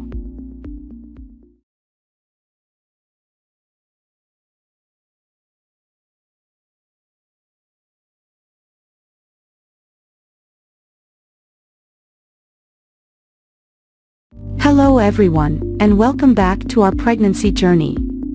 Today, we are at the 28-week mark, which means we are officially in the third trimester. In this video, we will discuss the symptoms you may experience at this stage of pregnancy and how your baby is developing. First, let's talk about some common symptoms you may experience during the 28th week of pregnancy. At this point, your baby is growing rapidly, which can put a lot of strain on your body. You may feel more tired than usual, and you may also experience shortness of breath as your growing baby puts pressure on your lungs. You may also experience swelling in your hands, feet, and ankles as your body retains more fluid. This is normal, but if you notice severe swelling, be sure to speak with your healthcare provider as it can be a sign of preeclampsia, a serious pregnancy complication. Heartburn and indigestion are also common during the third trimester as your growing uterus puts pressure on your stomach, leading to acid reflux. Eating small, frequent meals and avoiding spicy or acidic foods can help alleviate these symptoms. Now let's talk about your baby's development at 28 weeks. At this stage, your baby weighs around 2.5 pounds and is approximately 15 inches long. Their brain is developing rapidly, and they can now blink their eyes, which have formed fully. Your baby's lungs are also developing, and although they are not yet fully functional, they are producing surfactant, a substance that helps the lungs expand and contract. This is an important milestone in your baby's development as it prepares them for life outside the womb. Your baby's senses are also developing at this stage, and they can now hear your voice and your heartbeat. You may notice that your baby becomes more active when you talk or sing to them. As your baby continues to grow, they will start to gain more fat, which will help regulate their body temperature after birth. They will also continue to practice breathing, and by the end of the third trimester, they will be able to hiccup. So, what can you expect during the rest of the third trimester? As your due date approaches, you may experience more intense Braxton Hicks contractions, which are practice contractions that help prepare your body for labor. You may also notice an increase in vaginal discharge, which is normal but should not have a strong odor or be accompanied by itching or burning. It is also important to start preparing for labor and delivery. Talk with your healthcare provider about your birth plan and attend childbirth education classes to learn about the different stages of labor and coping techniques for pain. In summary, at 28 weeks pregnant, you may experience symptoms such as fatigue, shortness of breath, and swelling. Your baby is rapidly growing and developing, and they can now hear your voice and blink their eyes. As you move into the third trimester, be sure to continue monitoring your symptoms and preparing for labor and delivery. That's all for today's video. Thank you for watching, and be sure to subscribe to our channel for more pregnancy updates.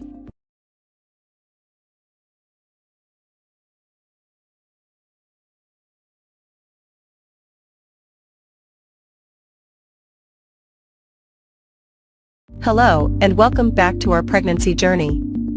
Today we're going to talk about the 29th week of pregnancy and what you can expect for both your baby's development and your own body changes.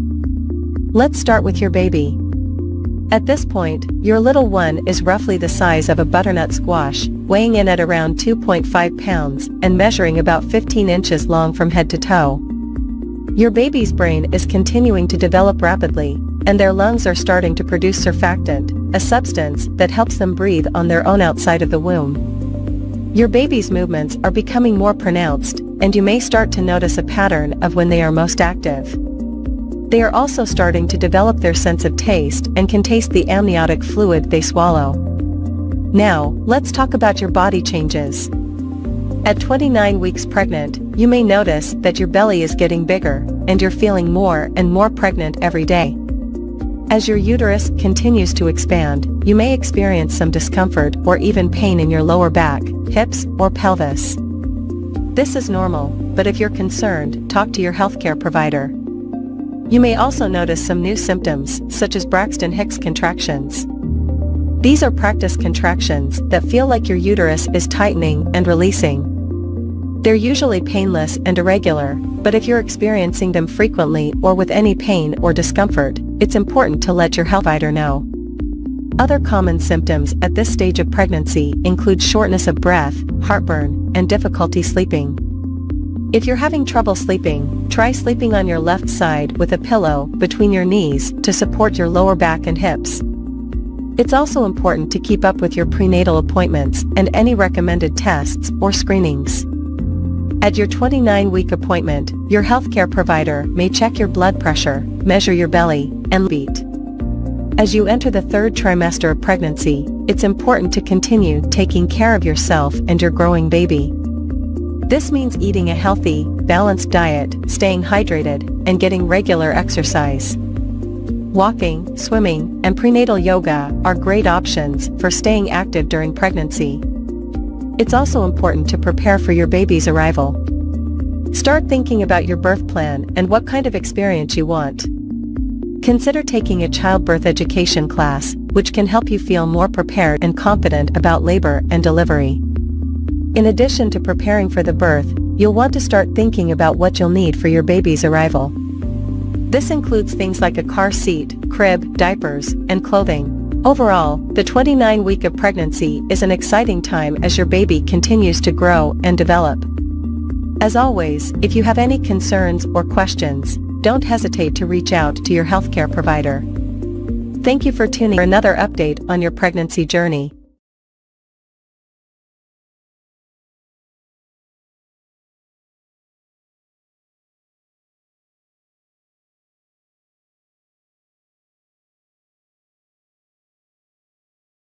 Hello, and welcome to this video about 30.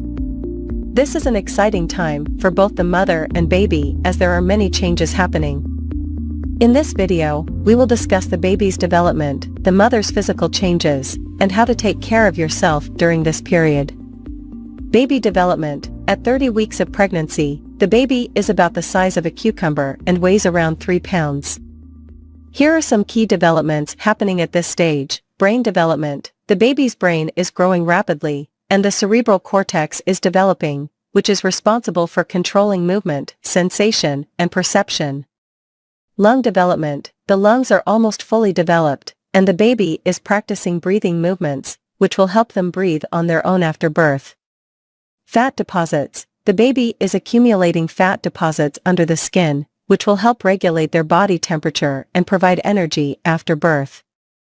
Sensory development, the baby's senses are becoming more refined, and they can recognize sounds, light, and even taste. Movement, the baby is quite active and can move around, kick, and even hiccup. You may feel their movements quite strongly at this stage. Mother's physical changes, as the baby grows, the mother's body will also go through many changes. Here are some of the most common physical changes at 30 weeks. Weight gain, most women will have gained around 20 to 25 pounds by this stage of pregnancy. The weight gain is essential for the baby's growth and development. Braxton Hicks contractions, these are mild contractions that may be felt in the uterus. They are not usually painful and are a sign that the uterus is preparing for labor. Stretch marks, the skin around the abdomen may begin to stretch, causing stretch marks. These usually fade after pregnancy. Fatigue, as the baby grows, the mother may feel more tired and require more rest. Shortness of breath, the growing baby can put pressure on the diaphragm, making it harder to breathe deeply. Taking care of yourself, it's essential to take care of yourself during pregnancy to ensure both you and your baby stay healthy. Here are some tips for staying healthy during the 30th week of pregnancy. Eat a healthy diet. Make sure you are eating a balanced diet that includes plenty of fruits, vegetables, and lean protein. Avoid foods that are high in sugar or fat. Stay active. Regular exercise can help you feel better and reduce stress. Walking, swimming, and prenatal yoga are all good options. Conclusion: at 30 weeks of pregnancy, the baby is growing rapidly, and the mother's body is going through many changes. It's essential to take care of yourself and attend regular prenatal checkups to ensure both you and your baby stay healthy. Remember to eat a healthy diet, stay active, get plenty of rest, and drink plenty of water. Thank you for watching, and we wish you a healthy and happy pregnancy.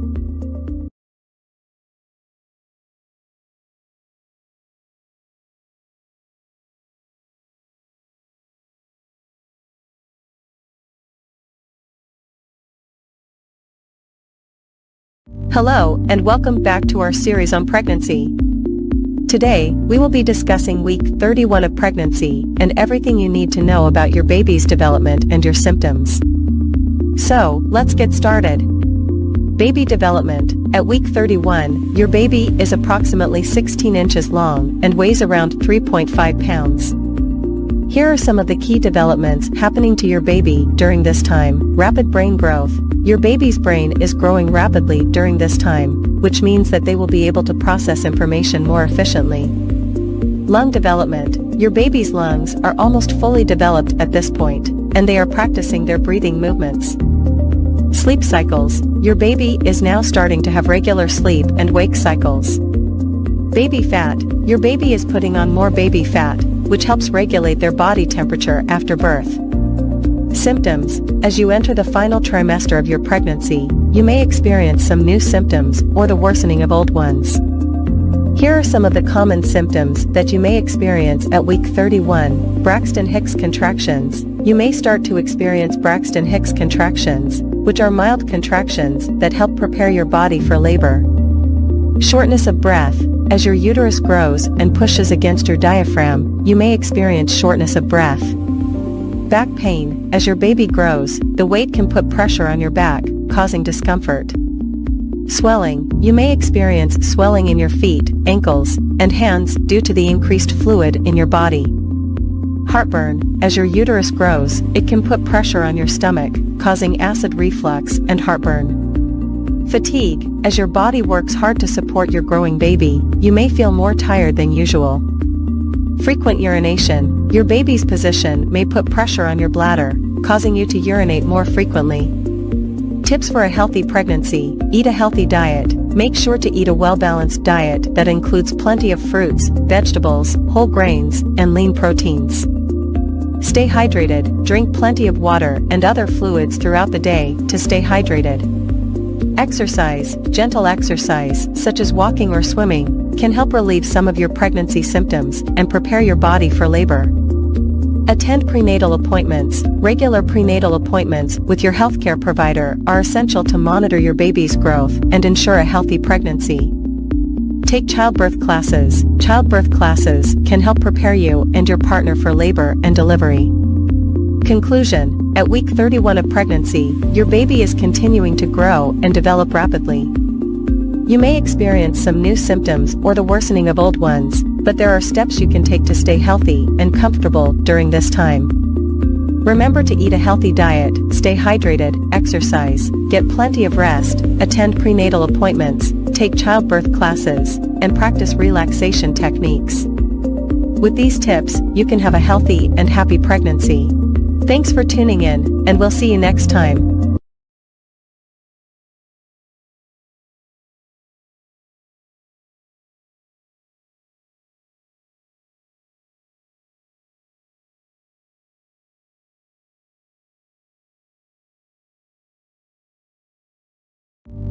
Hello everyone, welcome to my YouTube channel.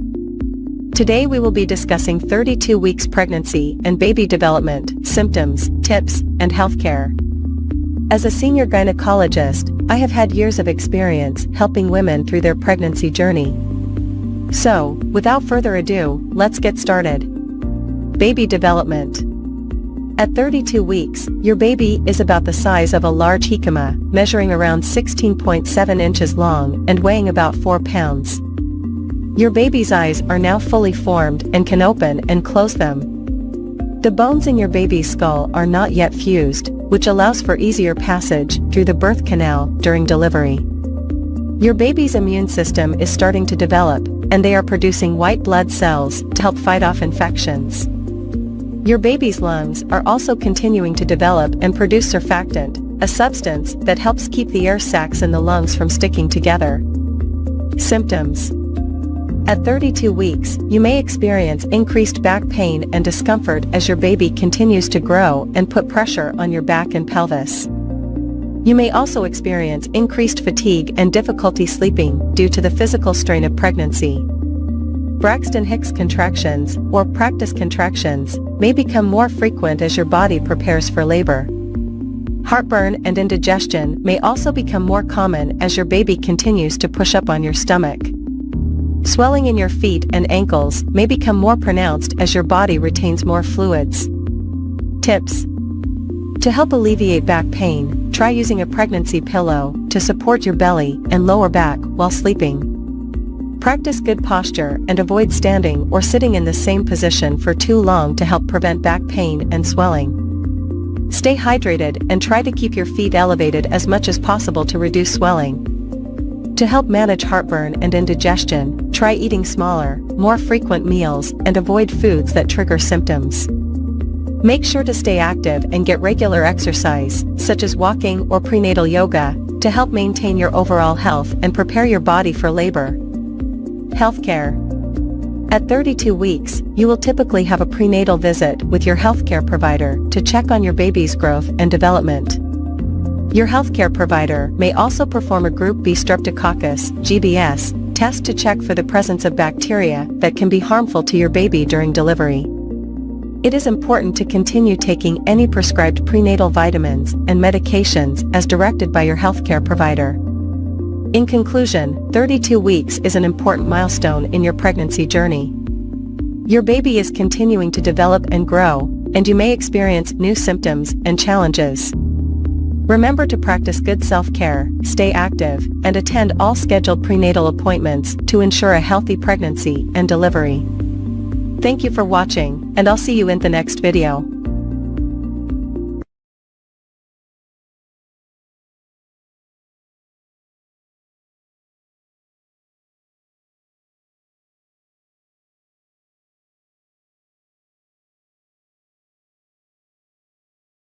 Hello everyone. Today, we will talk about the 33 week of pregnancy and the development of the baby at this stage. We will also discuss some common symptoms that mothers experience during this period and tips for taking care of their health. Baby development. At 33 weeks, the baby is about 17 inches long and weighs around 4 pounds. The baby's lungs are still developing and producing surfactant, a substance that helps the lungs expand and contract properly after birth. The baby's brain is rapidly developing, and they can now sense light and dark. The baby's bones are hardening, and they are gaining more fat under their skin, which will help regulate their body temperature after birth. The baby's movements are becoming more coordinated, and they can respond to sound. Symptoms: Braxton Hicks contractions. These are practice contractions that help prepare the uterus for labor. They can be uncomfortable, but are usually not painful. Backaches. As the uterus expands, it puts pressure on the lower back, causing discomfort. Shortness of breath. The growing uterus can also put pressure on the diaphragm, making it harder to breathe. Fatigue. As the body works harder to support the growing baby, mothers may feel more tired than usual. Swelling. The body retains more water during pregnancy, causing swelling in the feet, ankles, and hands. Tips for health care. Continue to eat a healthy and balanced diet, including plenty of fruits, vegetables, and protein. Stay hydrated by drinking plenty of water and avoiding sugary or caffeinated beverages. Exercise regularly, but avoid strenuous activities that could put too much strain on the body. Sleep on your side, preferably the left side, to improve blood flow to the baby and reduce the risk of stillbirth. Attend all prenatal appointments and communicate any concerns with your healthcare provider. Preparing for birth. Start thinking about a birth plan, including preferences for pain management and delivery options. Consider taking childbirth classes to learn about the labor process and techniques for coping with pain. Pack a hospital bag with essentials for both mother and baby, including clothing, toiletries, and a car seat. Talk to your healthcare provider about the signs of labor and when to call or go to the hospital. Conclusion. As you approach the end of your pregnancy journey, it is important to take care of yourself and your growing baby. Remember to listen to your body, attend all prenatal appointments, and communicate any concerns with your healthcare provider. By taking these steps, you can help ensure a healthy and safe delivery for both you and your baby. Thank you for watching, and I wish you all the best in your pregnancy journey.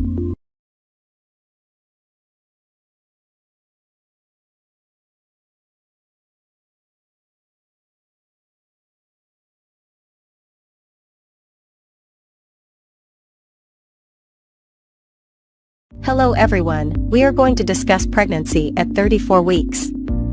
At this stage, your baby is approximately 18 inches long and weighs around 4.5 pounds. Your baby's organs are fully developed, and they are continuing to gain weight and grow. Braxton Hicks contractions. These are practice contractions that your body goes through as it prepares for labor. They can be uncomfortable, but are usually not painful. Shortness of breath. As your baby continues to grow, it can push against your diaphragm and make it harder to breathe. You may notice that you need to take more frequent breaks or rest periods. Pelvic pain. As your baby moves into the birth canal, you may experience discomfort or pain in your pelvic area. Swelling. Many women experience swelling in their feet and ankles during pregnancy. Make sure to elevate your feet when possible and stay hydrated. Gestational diabetes. This is a type of diabetes that develops during pregnancy. If you are diagnosed with gestational diabetes, your doctor may recommend a special diet and monitoring your blood sugar levels. Preeclampsia.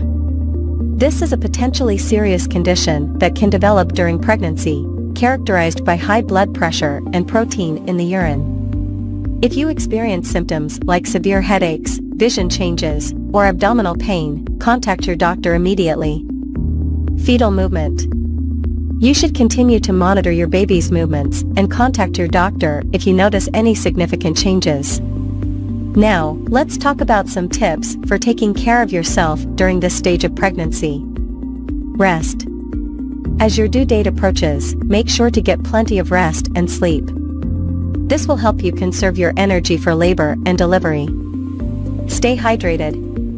Drink plenty of water and avoid sugary or caffeinated drinks. Exercise.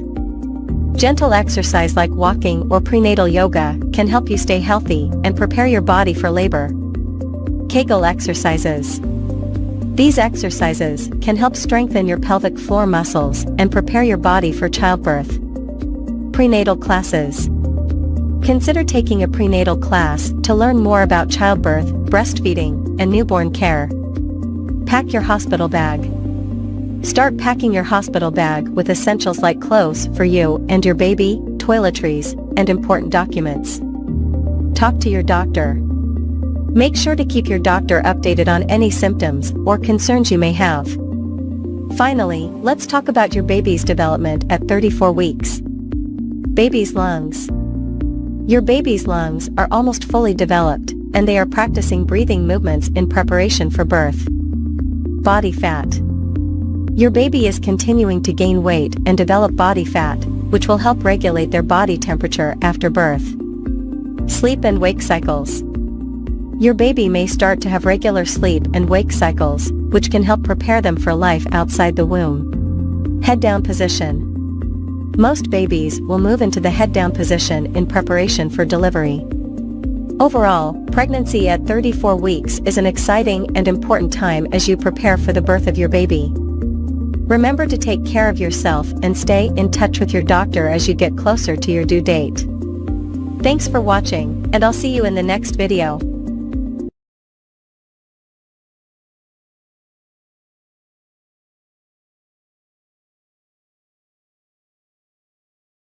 "35 weeks pregnancy. Baby development and symptoms." Welcome back to our channel, where we explore the incredible journey of pregnancy. Today, we're going to dive into the exciting world of 35 weeks of pregnancy. At this stage, your baby is rapidly developing, and you may be experiencing various symptoms. So let's get started. Baby's development. Your baby now weighs around 5.5 to 6 pounds and measures about 18 inches from head to toe. The baby's organs and systems are nearly fully developed, and the lungs continue to mature. The skin is becoming smoother as the fat layers continue to fill out. Your baby's brain is rapidly growing, and the nervous system is maturing. The baby's bones are fully formed but are still flexible to ease the birthing process. Symptoms you may experience. Braxton Hicks contractions. You may experience more frequent and intense practice contractions, which can help prepare your body for labor. Shortness of breath. As your uterus expands, it pushes against your diaphragm, making it harder to take deep breaths. Increased vaginal discharge. It's common to have a thicker and heavier discharge at this stage, but consult your doctor if it's accompanied by itching, burning, or a foul odor. Pelvic discomfort. The growing baby puts pressure on your pelvis, leading to pelvic pain or discomfort. Frequent urination. The baby's position and size may put pressure on your bladder, causing the need to urinate more often. Trouble sleeping. Finding a comfortable position becomes more challenging, and you may experience pregnancy-induced insomnia. Heartburn and indigestion. Hormonal changes and the baby's position can lead to increased acidity and digestive issues. Self-care tips for this stage. Rest and sleep. Listen to your body and prioritize getting enough rest and sleep. Exercise. Engage in gentle exercises like walking or prenatal yoga to stay active and relieve discomfort. Pelvic floor exercises. Strengthen your pelvic floor muscles by practicing Kegel exercises. Maintain a healthy diet. Focus on well-balanced meals that include fruits, vegetables, lean proteins, and whole grains. Stay hydrated. Drink plenty of water throughout the day to prevent dehydration and assist with digestion. Use proper body support. Invest in a maternity support belt or pillow to help alleviate back and pelvic pain. Practice relaxation techniques. Deep breathing exercises, meditation, or prenatal massages can help reduce stress and promote relaxation. Prepare for breastfeeding. Attend breastfeeding classes, educate yourself about proper latch techniques, and gather essential supplies. And that wraps up our exploration of 35 weeks of pregnancy. Remember, every pregnancy is unique, and if you have any concerns or questions, consult your healthcare provider. Stay tuned for more exciting updates on the journey of pregnancy. Don't forget to like, subscribe, and hit that notification bell to never miss an episode. Take care, and we'll see you next time.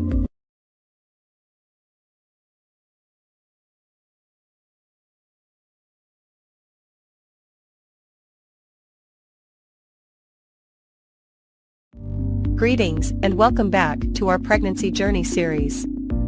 Today, we're diving into the incredible journey of the 36th week of pregnancy.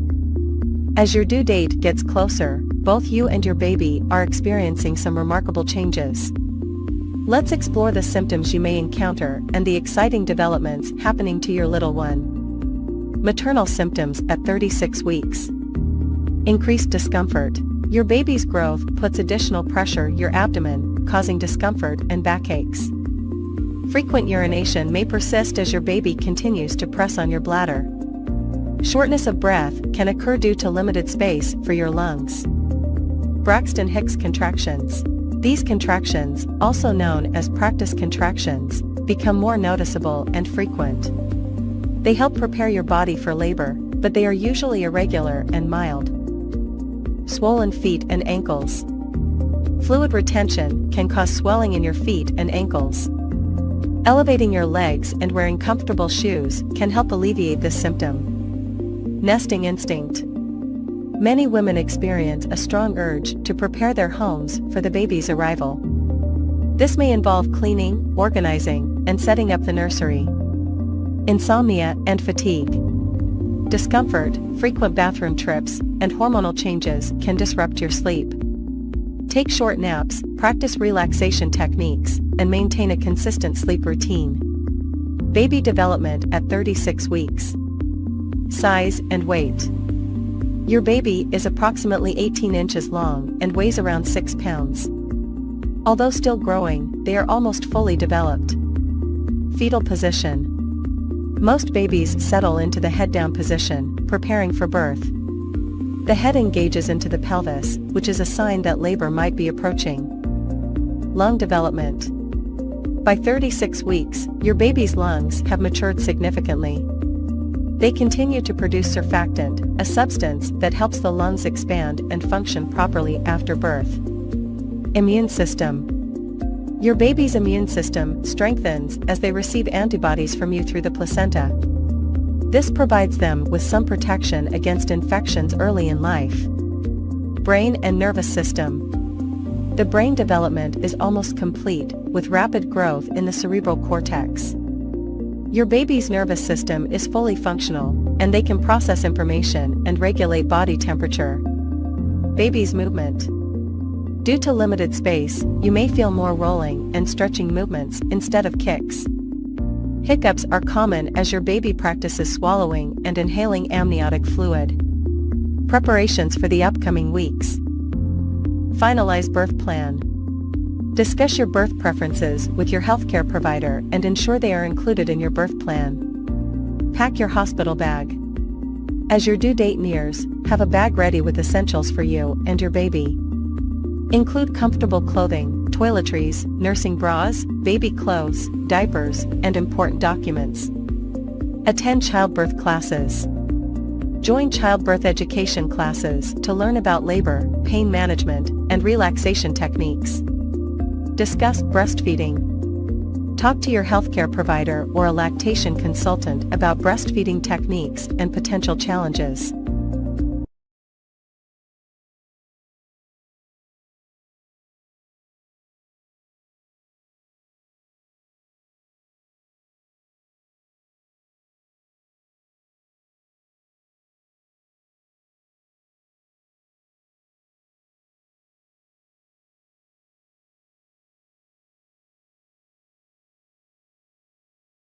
Hello and welcome back to our pregnancy journey. Today, we're diving into the incredible journey of week 37 of pregnancy. As we approach the final stretch, both you and your baby are going through significant changes. So, let us explore the symptoms and developments you can expect during this exciting time. But before we begin, don't forget to hit that subscribe button and ring the notification bell, so you don't miss any of our future videos. Week 37 marks the beginning of the 9th month of pregnancy, and your baby is almost ready to make their grand entrance into the world. Let us start by taking a look at the baby's development. At this stage, your baby weighs around 6.5 pounds 2.9 kilograms and measures approximately 19 inches 48 centimeters long. They are fully developed and are fine-tuning their systems for life outside the womb. Their organs, including the lungs, digestive system, and immune system, are all working in unison, preparing for the transition. Now, let us discuss the symptoms and changes you may experience during week 37. Increased pressure and discomfort. Host, as your baby continues to grow, you may experience increased pressure and discomfort in your pelvic region.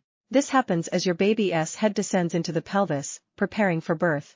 This can lead to a frequent need to urinate, difficulty walking, and even back pain. Braxton Hicks contractions. Host, you may also notice an increase in Braxton Hicks contractions, which are practice contractions that help prepare your body for labor. These contractions are usually irregular and less painful than true labor contractions. Remember to stay hydrated and practice relaxation techniques to ease any discomfort. Fatigue and difficulty sleeping. Host, fatigue and difficulty sleeping can become more prominent during week 37. Your growing belly, frequent bathroom trips, and discomfort can make it challenging to find a comfortable position. Try using pillows for support and establishing a relaxing bedtime routine to improve your sleep. Increased vaginal discharge. Host, during this stage, you might notice an increase in vaginal discharge. This discharge, known as leukorrhea, helps prevent infections. However, if you experience any changes in color, consistency, or a foul odor, it's essential to consult your healthcare provider. Swelling and varicose veins. Host, swelling, especially in the feet and ankles, can become more pronounced at this stage of pregnancy. Additionally, you might notice the appearance of varicose veins due to increased blood volume and pressure. Elevating your legs, wearing compression stockings, and taking regular walks can help alleviate these symptoms. Emotional changes. Host, lastly, as your due date approaches, you might experience a mix of emotions, including excitement, nervousness, and even anxiety. It's essential to surround yourself with a support system and communicate your feelings with your loved ones. And that wraps up our journey through week 37 of pregnancy. It's amazing to see how far both you and your baby have come. Remember, each pregnancy is unique, so if you have any concerns or questions, don't hesitate to reach out to your healthcare provider. Stay tuned for our next video, where we'll discuss the final stages of pregnancy and the upcoming labor and delivery. Don't forget to like this video and leave a comment below if you found this information helpful. Until next time, take care and enjoy the remaining weeks of your pregnancy journey. Thank you for watching, and we'll see you soon.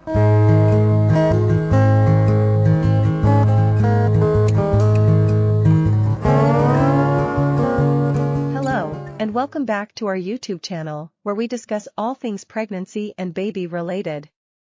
Today, we're diving into the fascinating world of 38 weeks of pregnancy. So, let us get started.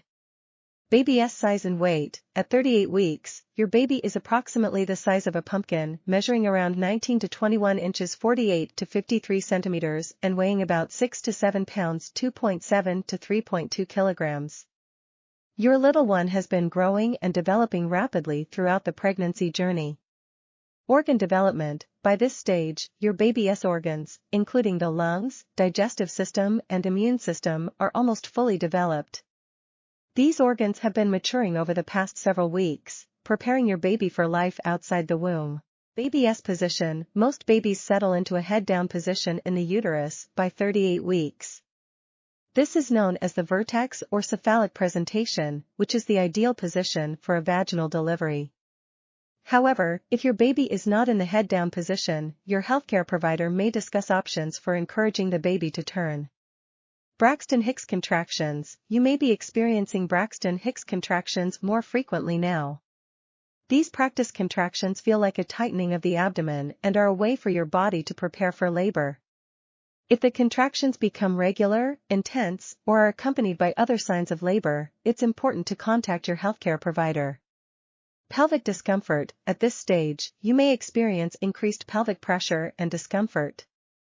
Your baby's fatigue and difficulty sleeping. As your belly grows bigger, it can become challenging to find a comfortable sleeping position. You may also experience frequent bathroom trips during the night. Combined with anticipation and hormonal changes, this can lead to fatigue. It's important to rest as much as possible and practice relaxation techniques. Nesting instinct. Many expectant mothers experience a surge in energy and the desire to prepare their home for the baby during the final weeks of pregnancy. This is often referred to as the nesting instinct. It's a natural urge to clean, organize, and make sure everything is ready for the arrival of your little one. Emotional changes. With the due date approaching, it's common to feel a mix of excitement, anxiety, and a range of other emotions. The hormonal fluctuations can contribute to mood swings as well. Remember to communicate with your partner and support system, and don't hesitate to seek professional help if you're feeling overwhelmed. Hospital bag and birth plan. Now is the time to make sure your hospital bag is packed and ready to go.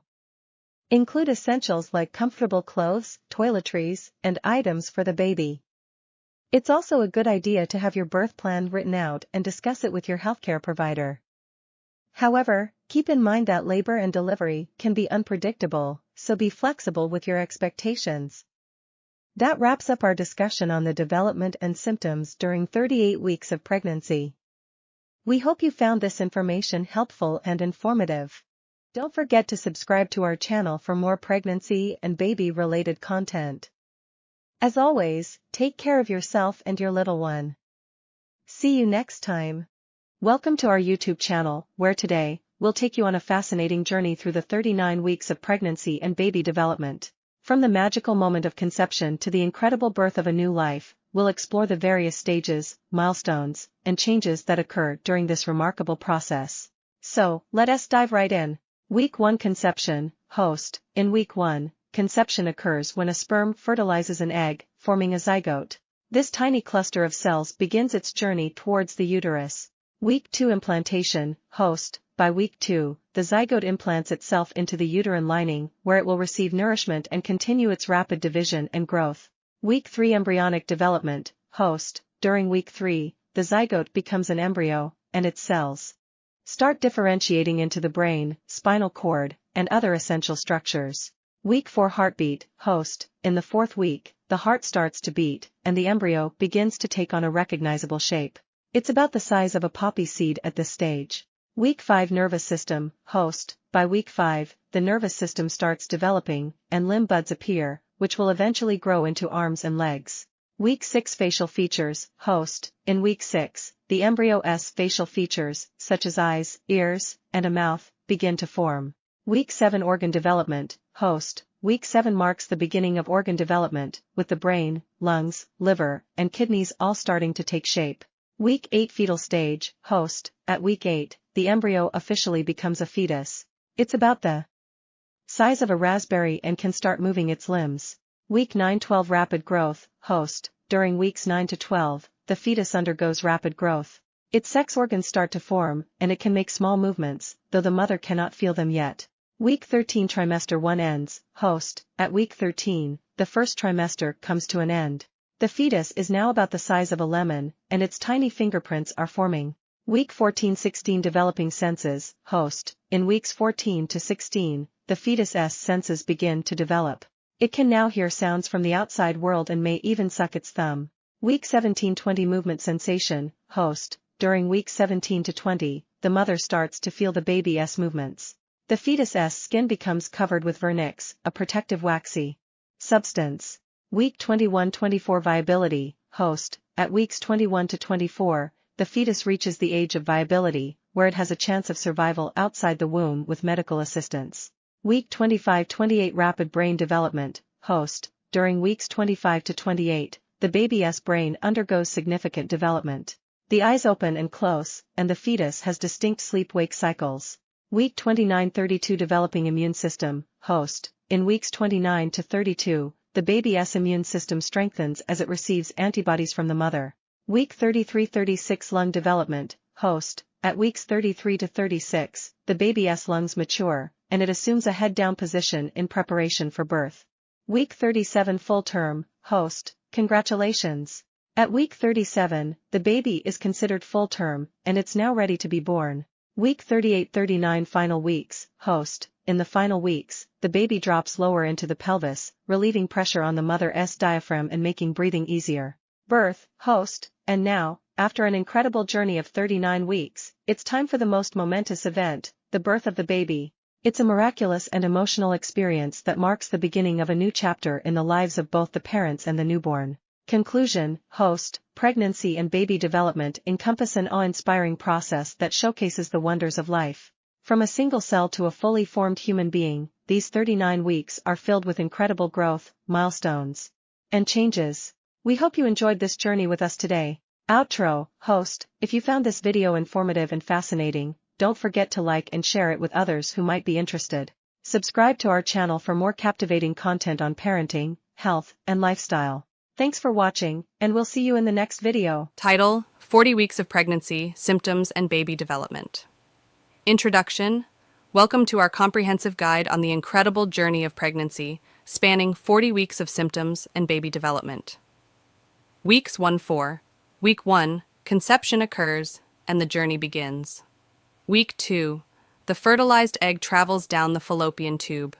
Week 3, implantation takes place, and the embryo starts to form.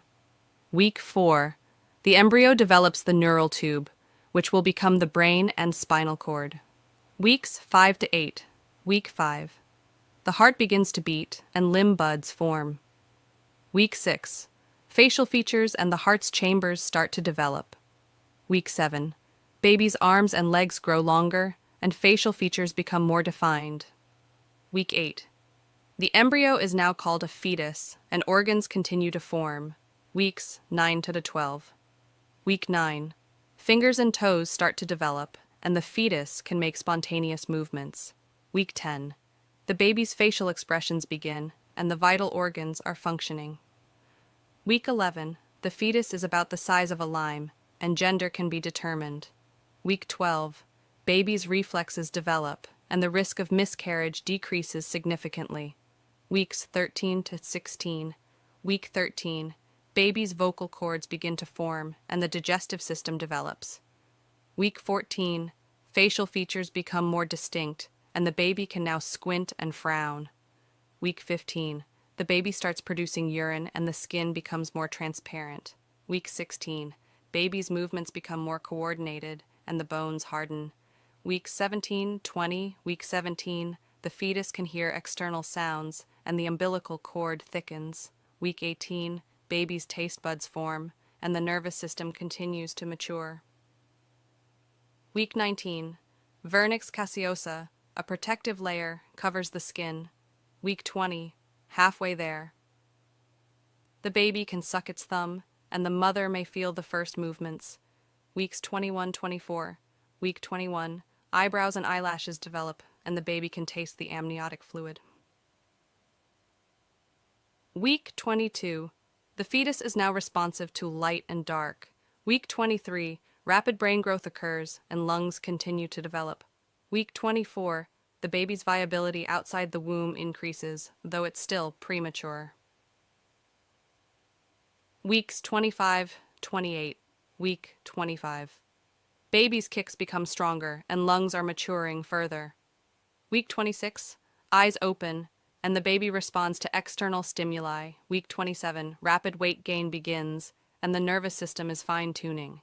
Week 28. The third trimester begins, and the baby's survival chances significantly improve. Weeks 29-32. Week 29. The baby's bones fully harden, and the kicks and movements may be visible. Week 30. Lungs are almost fully developed, and the baby practices breathing. Week 31. The baby's immune system strengthens. Week 32. Baby's toenails and fingernails grow, and the head settles into the pelvis. Weeks 33-36. Week 33. The baby's bones are fully formed, and the nervous system is maturing. Week 34.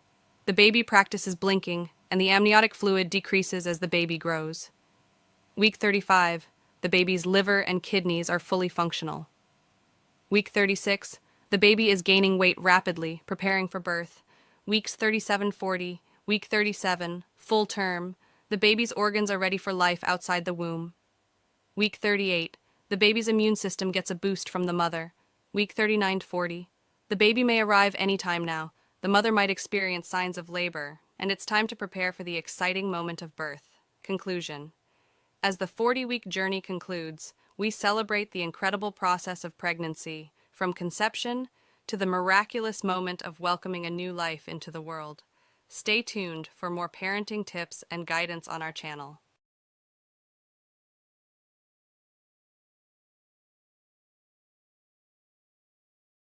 Ten healthcare needs of pregnant teenagers and their babies. 1. Pregnant teenagers have unique healthcare needs that require specialized care and attention. 2. Prenatal care is critical for ensuring a healthy pregnancy and reducing the risk of complications for both the mother and baby. 3. Teenage mothers are more likely to experience pregnancy-related complications, such as preterm labor and low birth weight babies. 4. Adequate nutrition and regular exercise are essential for the health of both the mother and baby during pregnancy. 5. Teenage mothers may require additional emotional and psychological support throughout their pregnancy and after giving birth. 6. Babies born to teenage mothers are at higher risk of health problems and developmental delays. 7. Early and regular pediatric care is essential for ensuring the health and development of babies born to teenage mothers. 8. Teenage mothers may require education and support in breastfeeding, as breast milk provides essential nutrients and immunity for babies. 9. Family planning and contraception counseling should be provided to teenage mothers to prevent unintended pregnancies in the future. 10. Providing comprehensive healthcare services to pregnant teenagers and their babies is crucial for improving maternal and child health outcomes.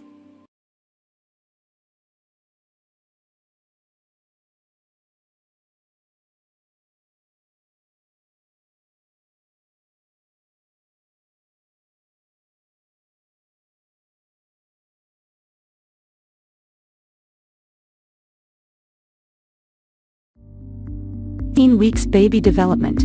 How big is your baby at 17 weeks pregnant? The baby is around 5.1 inches this stage. This is roughly the size of a potato. The skin is loose and wrinkled and the fetus has a lot of growing to do. By the time of the delivery, he or she will fill out their skin more normally. Around this stage of pregnancy, the fetus starts to look a lot more human. In addition to hair growing on the head, the eyebrows and eyelashes are also developing. The eyelids are shut, but the eyes themselves can move and the mouth can also open and close. The fingernails and toenails are growing, and your bundle of joy has also developed a firm grip.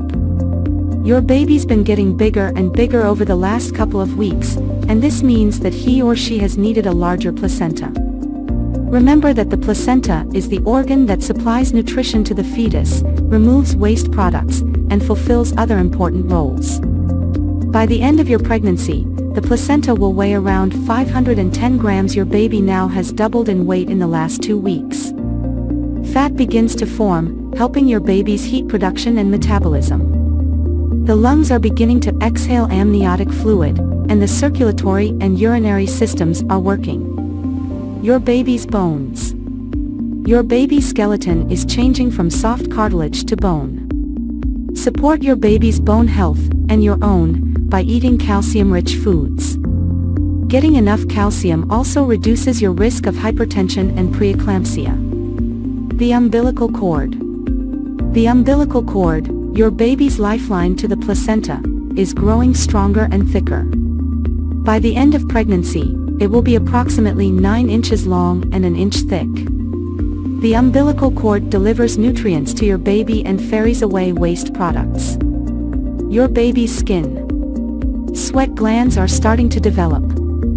And by next week, the layers of your baby's skin will be fully formed.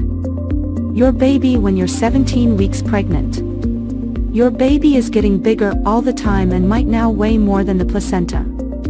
Your baby is about 13 centimeters from head to bottom and about 150 grams. Your baby's external sex organs are completely formed. The kidneys are working, and your baby passes urine every 50 minutes or so. Your baby will also swallow some urine, which is sterile, in the amniotic fluid. This is normal. Loud noises might make your baby startle.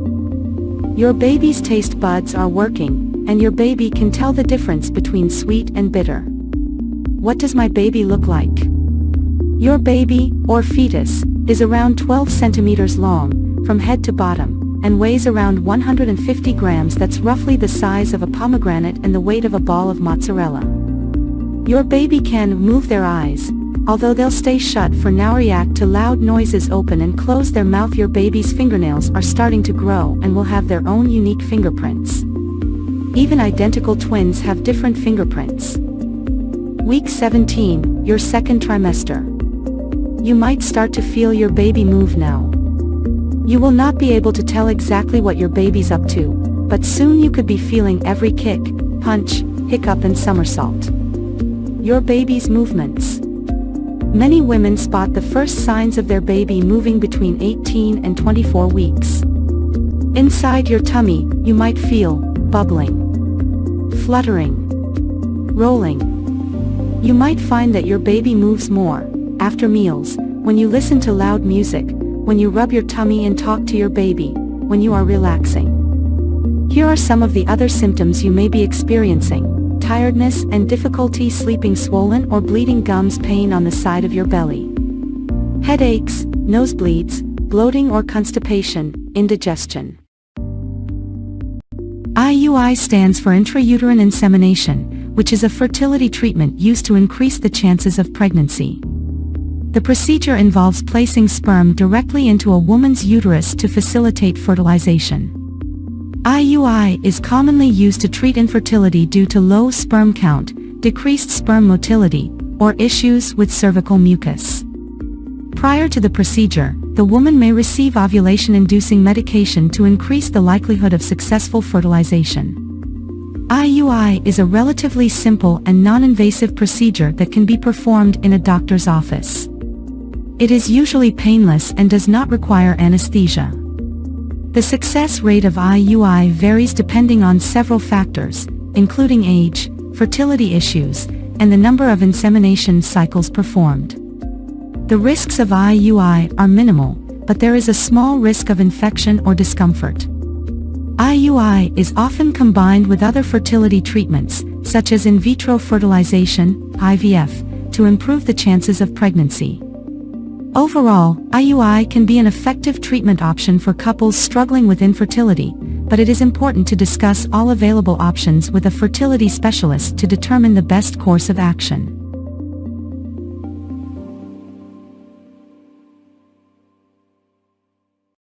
Intro.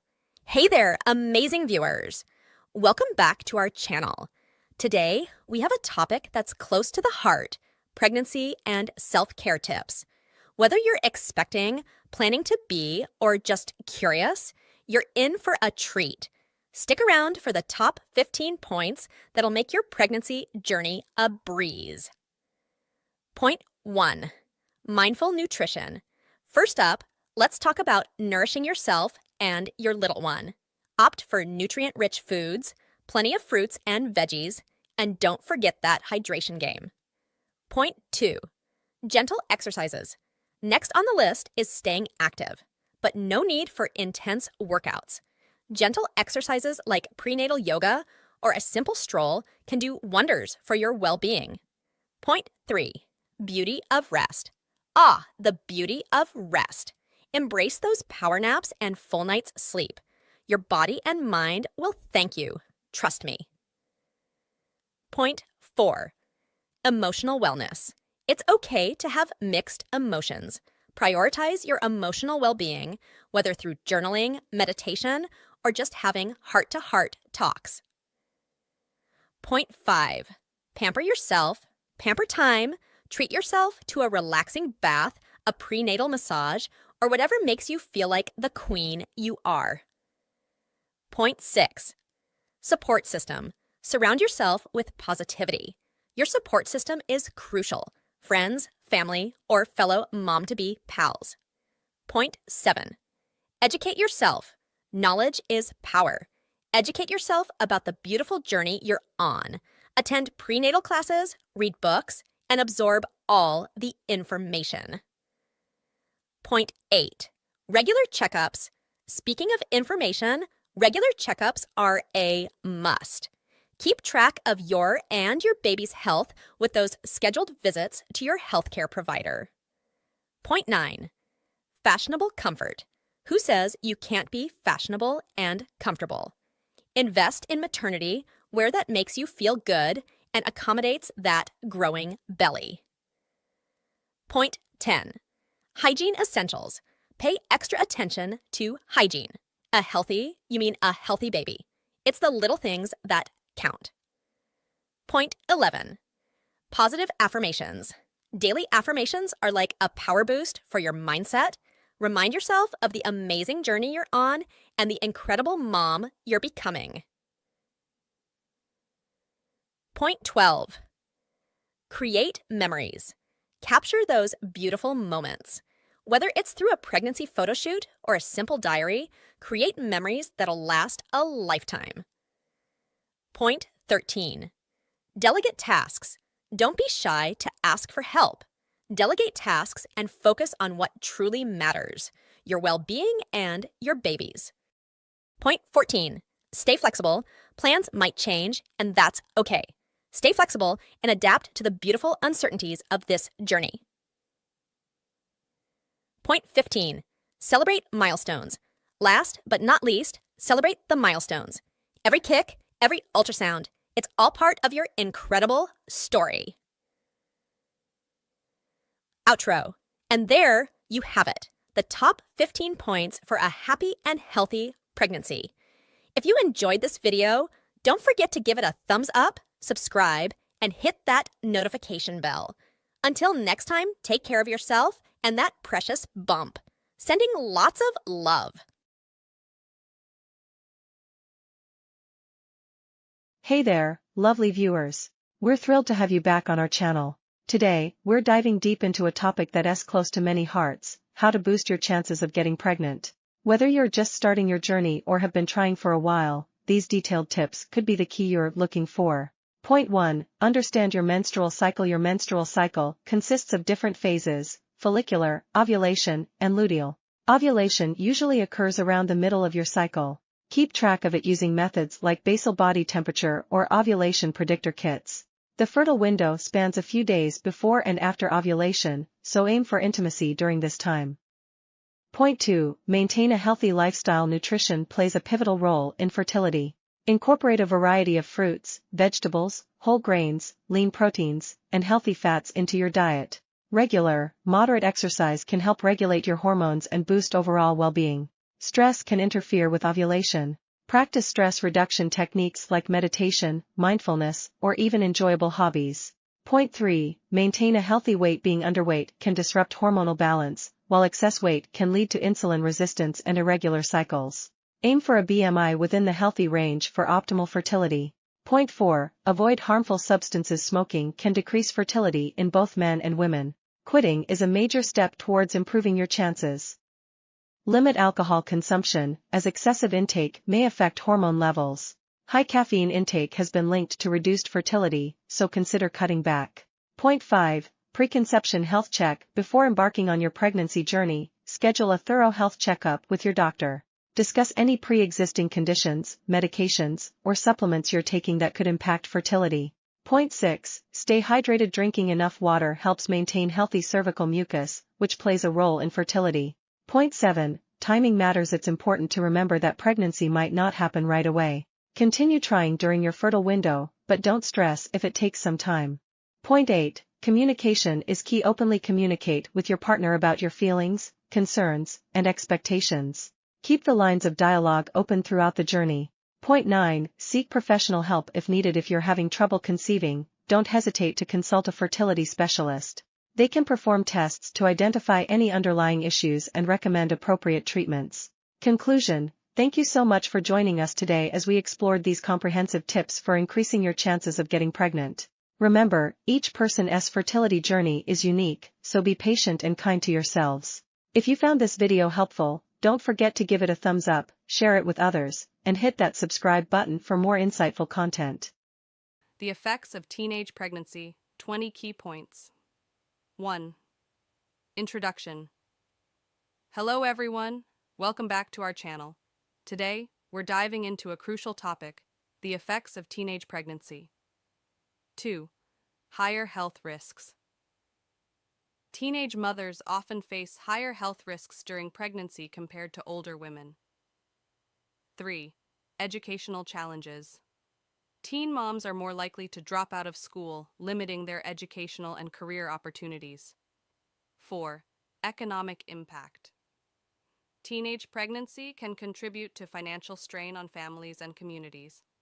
5. Emotional stress. Young parents may experience heightened emotional stress due to the challenges of parenthood at an early age. 6. Impact on mental health. Teenage mothers are at a higher risk of experiencing mental health issues such as depression and anxiety. 7. Social stigma. Teen moms often face social stigma and judgment from peers and the community. 8. Parenting skills. Being a parent requires skills that young individuals might not have fully developed, impacting effective parenting. 9. Relationship strain. Teenage pregnancies can strain relationships, leading to higher rates of breakups. 10. Limited social life. Young parents may find it challenging to maintain an active social life due to parenting responsibilities. 11. Child development. Children born to teenage parents may face developmental challenges. 12. Single parenthood. Teenage pregnancies often lead to single parenthood, which can be challenging for both the parent and child. 13. Healthcare access. Access to proper healthcare may be compromised, affecting both maternal and child health. 14. Generational cycle. Teenage pregnancy can perpetuate a cycle, as children of teen moms may be more likely to become teen parents themselves. 15. Limited career opportunities. Teen moms often face difficulties pursuing and maintaining careers, impacting their financial independence. 16. Child poverty. Children of teenage parents are at a higher risk of living in poverty. 17. Higher rates of preterm births. Teenage pregnancies are associated with higher rates of preterm births, affecting the baby's health. 18.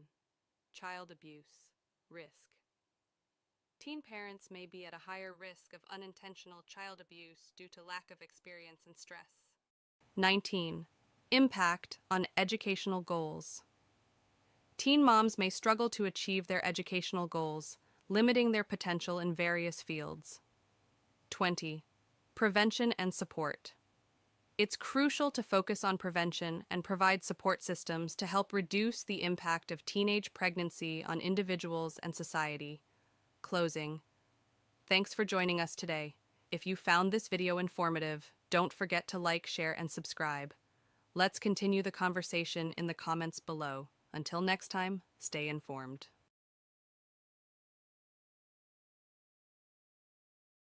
Understanding common causes of poor egg quality. Intro. Hello everyone. Welcome back to our channel. Today we'll be diving into a crucial topic for those navigating fertility and reproductive health, the common causes of poor egg quality. If you're new here, don't forget to subscribe and hit the notification bell so you never miss out on valuable information. Let's jump right in. 1. Age. As we age, the quality of our eggs naturally declines. Advanced maternal age is a significant factor in poor egg quality. 2. Hormonal imbalances. Imbalances in hormones, such as FSH and LH, can impact egg quality. Maintaining hormonal balance is crucial for optimal fertility. 3. Smoking. Smoking is known to accelerate the depletion of ovarian reserve and negatively affect egg quality. Quitting smoking can positively impact fertility. 4. Poor diet. A nutrient-rich diet is essential for reproductive health. Lack of key vitamins and minerals can compromise egg quality. Focus on a well-balanced diet. 5. Obesity. Being overweight can disrupt hormonal balance and affect egg quality. Maintaining a healthy weight is vital for fertility. 6. Underweight. Conversely, being underweight can also impact fertility. Adequate nutrition is essential for optimal egg development. 7. Environmental toxins. Exposure to environmental toxins, such as pollutants and chemicals, can negatively affect egg quality. Minimize exposure whenever possible. 8. Stress. Chronic stress can disrupt hormonal balance and impact reproductive health. Incorporating stress management techniques is crucial for fertility. 9. Alcohol consumption. Excessive alcohol intake can be detrimental to egg quality. Moderation is key when it comes to alcohol consumption during fertility journeys. 10. Lack of exercise. Regular exercise promotes overall health, including reproductive health. Sedentary lifestyles may contribute to poor egg quality. 11. Ovulation disorders.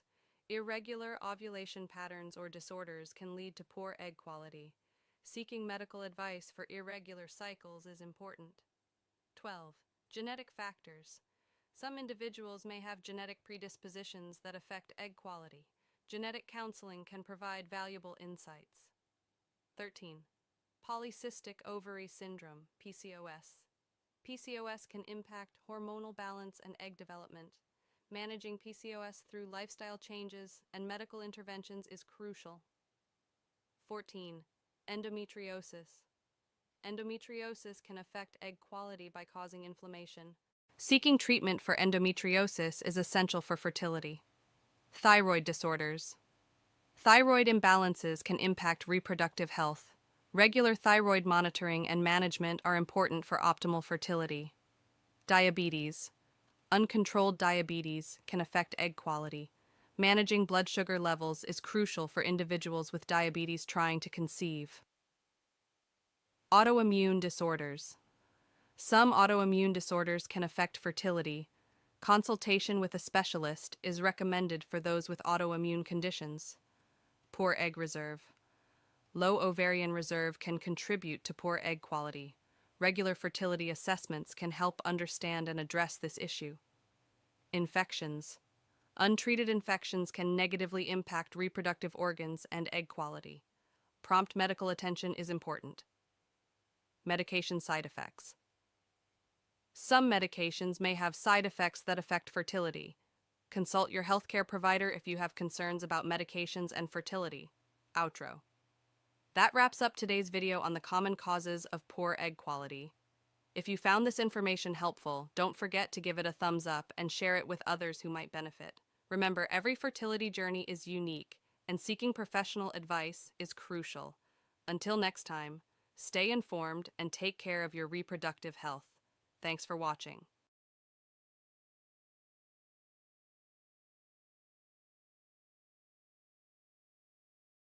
Title: Effective PCOS Treatment, 20 Key Steps to Manage Polycystic Ovary Syndrome. 1. Introduction. Greet your viewers and provide a brief overview of PCOS. Mention the importance of early diagnosis and management. 2. Understanding PCOS. Explain what PCOS is and its impact on women's health. Highlight common symptoms such as irregular periods, acne, and weight gain. 3. Seek professional help. Emphasize the importance of consulting a healthcare professional for a proper diagnosis. Encourage viewers to find a healthcare provider experienced in managing PCOS. 4. Lifestyle modifications. Discuss the role of diet and exercise in managing PCOS symptoms. Suggest a balanced diet with emphasis on whole foods and regular physical activity. 5. Weight management. Address the link between PCOS and weight gain. Provide tips on healthy weight loss strategies, if applicable. 6. Medication options. Briefly explain common medications prescribed for PCOS, such as birth control pills and anti-androgens. Highlight the importance of medication adherence. 7. Nutritional supplements. Discuss supplements like inositol and vitamin D that may benefit women with PCOS. Emphasize consulting a healthcare professional before starting any supplement regimen. 8.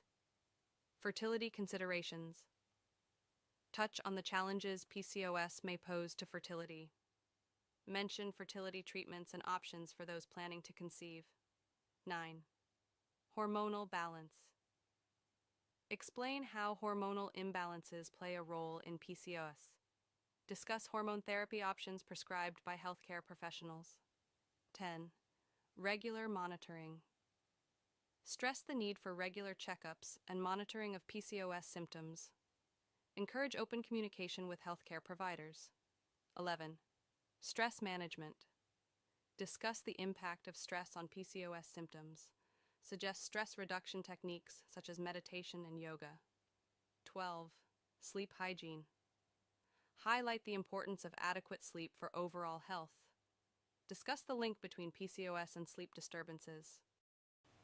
13. Skincare. Address skin-related concerns associated with PCOS. Provide skincare tips to manage acne and other skin issues. 14. Customized treatment plans.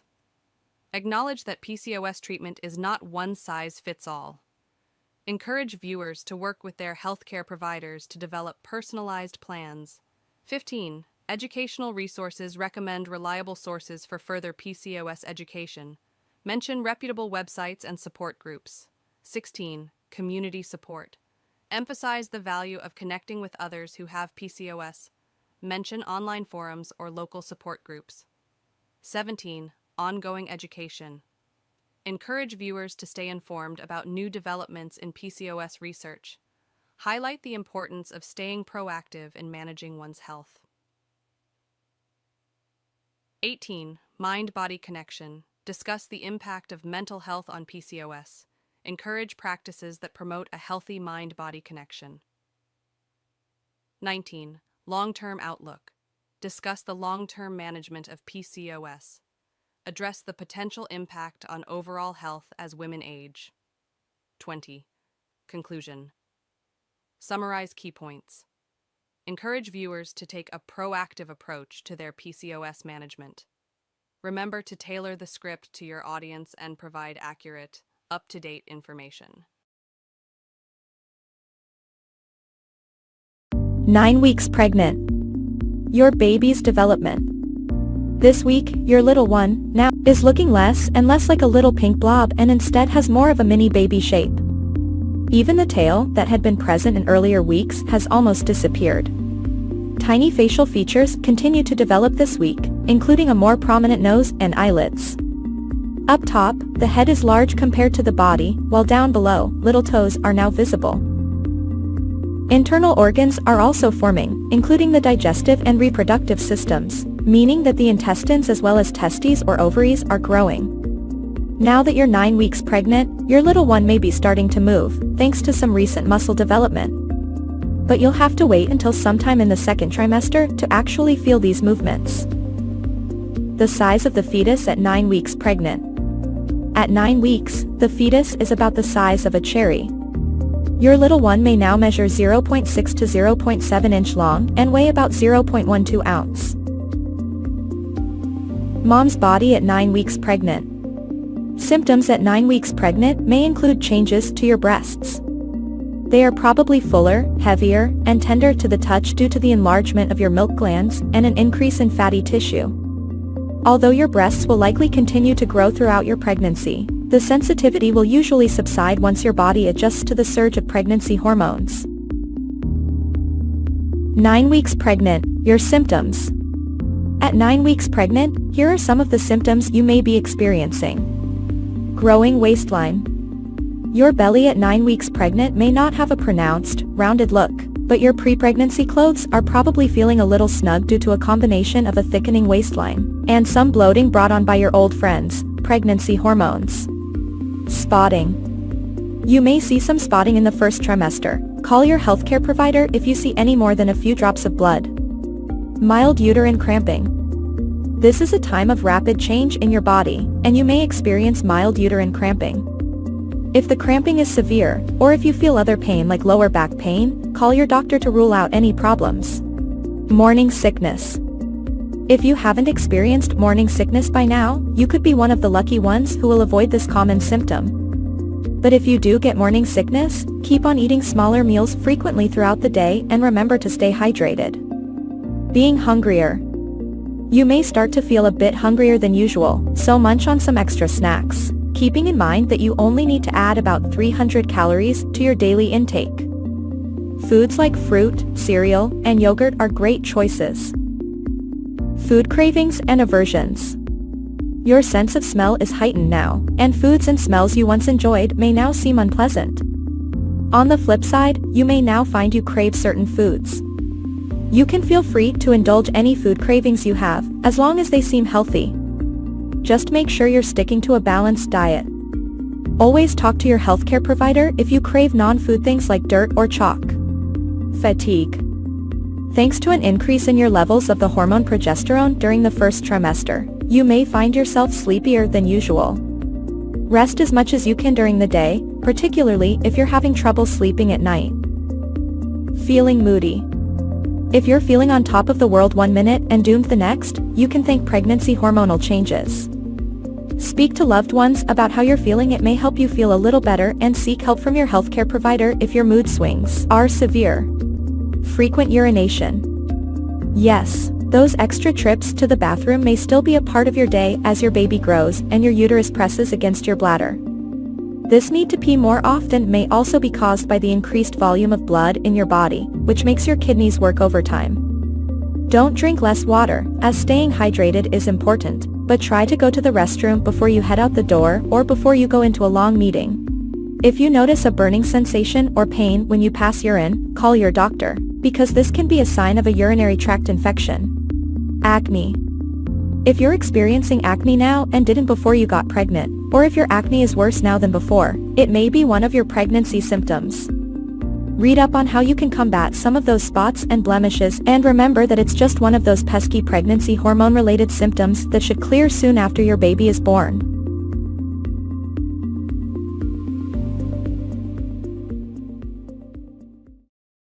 Unlocking the secret to boost female fertility. Top 20 foods for improved egg quality. Introduction. Hello everyone. Welcome back to our channel.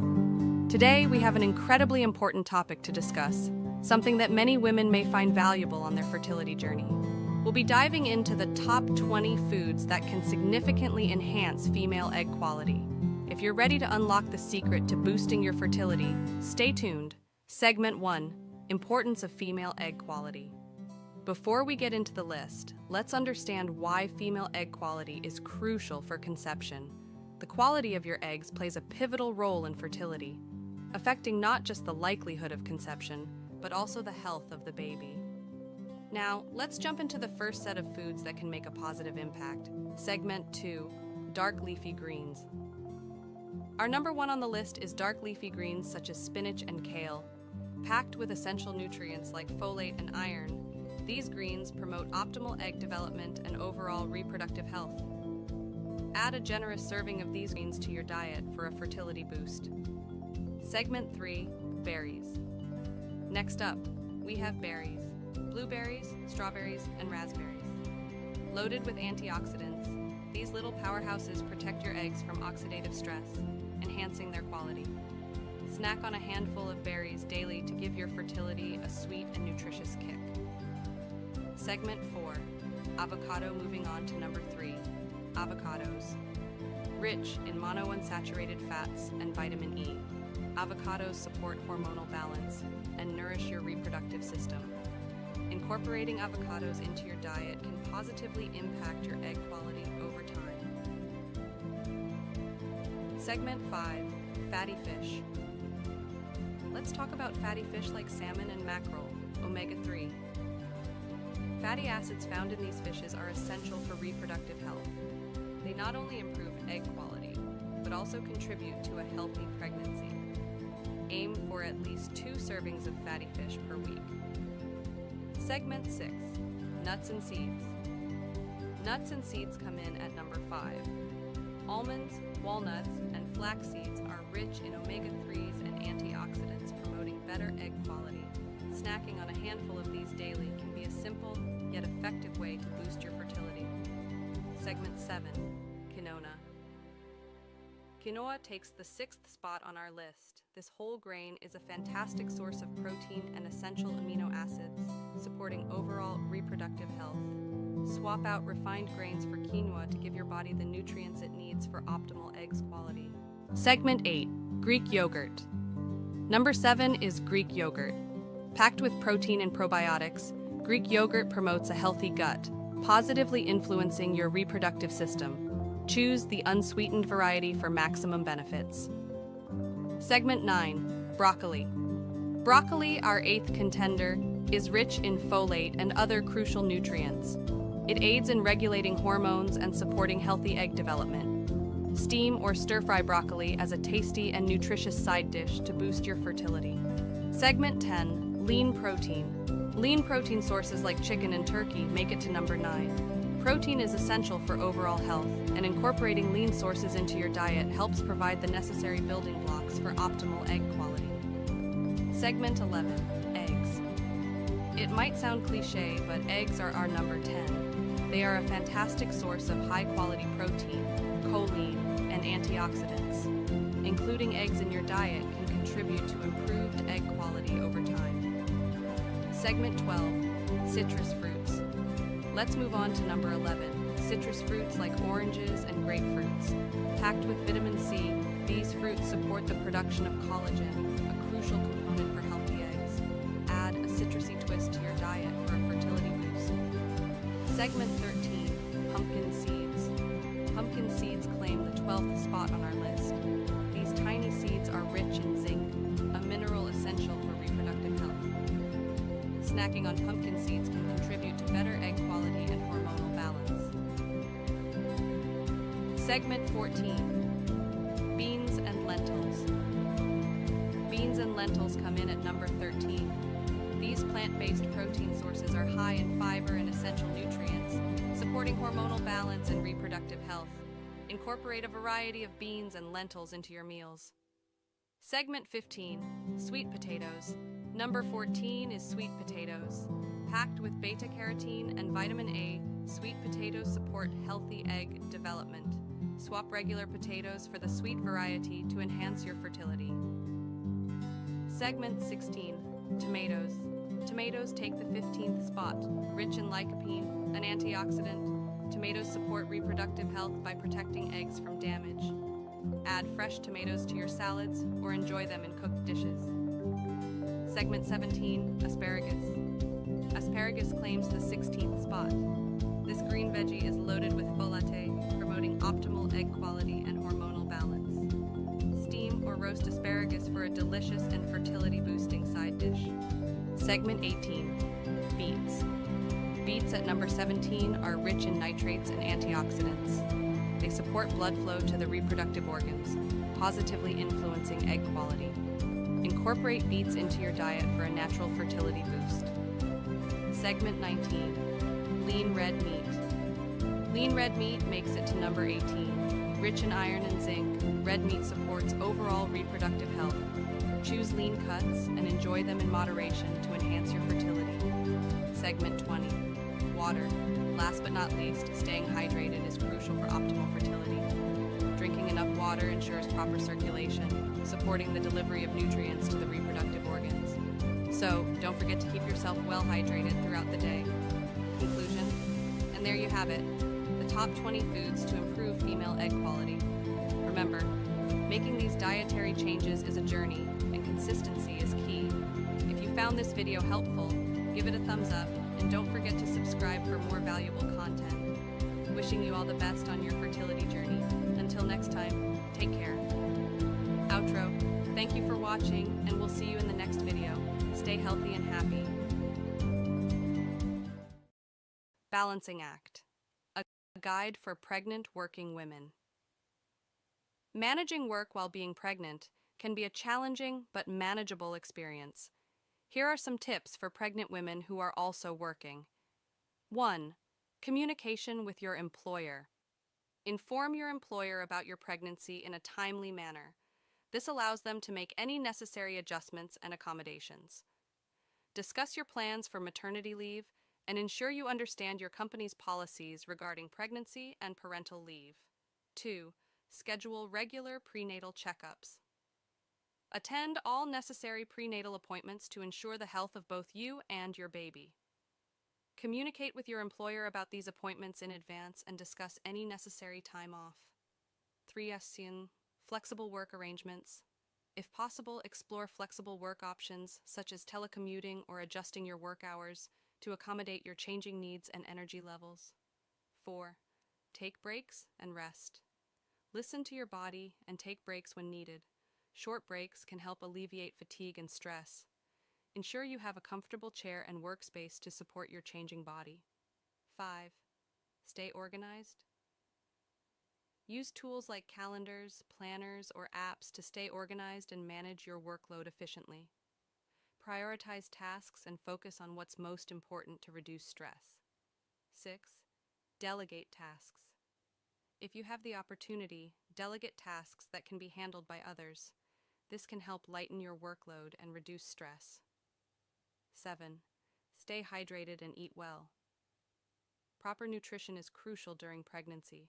Stay hydrated and eat balanced, healthy meals to maintain your energy levels. 8. Seek support from colleagues.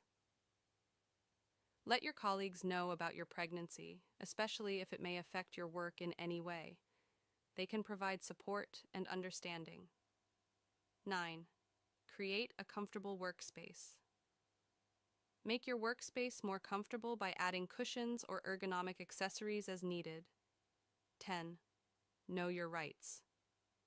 Familiarize yourself with your rights as a pregnant employee.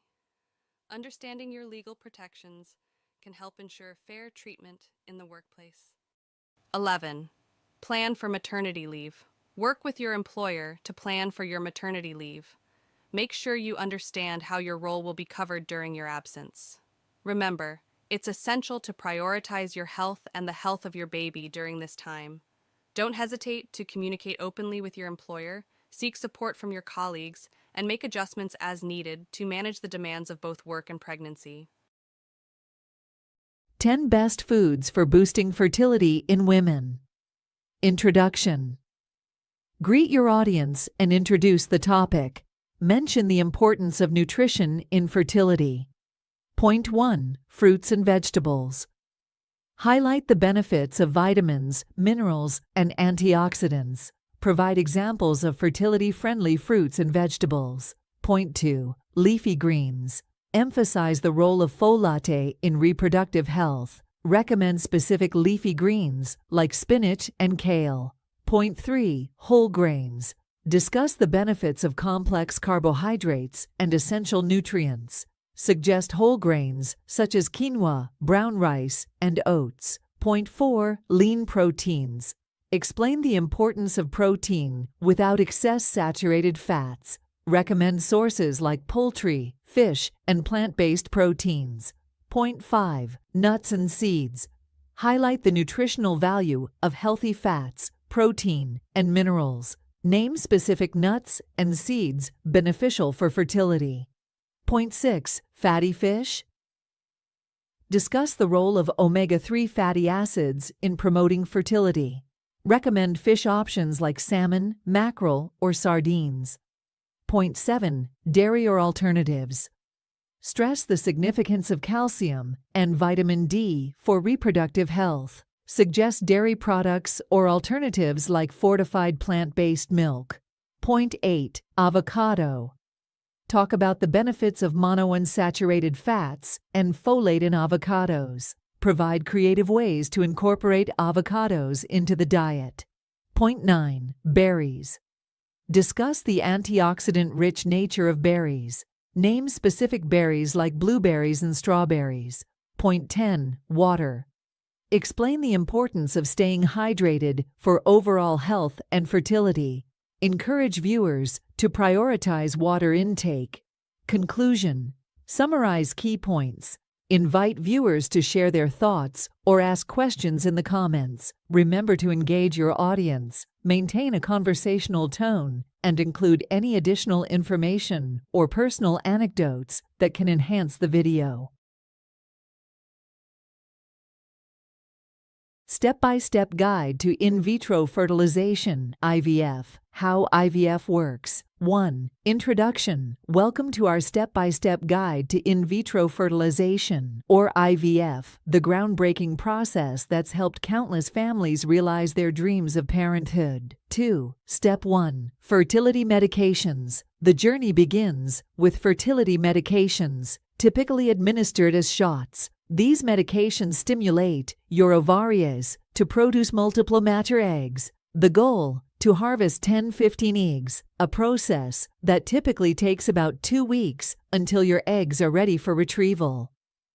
3. Step 2. Egg retrieval. Next up is the egg retrieval process, a brief procedure lasting 15 to 30 minutes. During retrieval, a doctor utilizes ultrasound guidance to insert a thin, hollow tube through your vagina and into the ovary containing the eggs. A suction device connected to a needle gently retrieves the eggs from each follicle. 4. Step 3. Fertilization. Now, it's time for fertilization, a critical stage in the IVF process. In traditional IVF, eggs and sperm are left in a laboratory dish to fertilize naturally. Alternatively, in intracytoplasmic sperm injection, ICSI, a single sperm is directly injected into the egg for fertilization. This method bypasses natural barriers, increasing the likelihood of successful fertilization. 5. Step 4. Embryo development. Once fertilization occurs, the embryo begins to divide its cells, eventually reaching the blastocyst stage, 5-6 days post-fertilization. At this stage, multiple embryos are carefully selected for transfer back into your uterus. 6. Step 5. Embryo transfer. The final step, embryo transfer. Multiple embryos are transferred back into your uterus with the hope that at least one will successfully implant and begin to develop. 7. Conclusion. And there you have it, a comprehensive overview of the IVF process, from fertility medications to embryo transfer. If you're considering IVF or simply curious about the procedure, don't hesitate to reach First thickening, third trimester.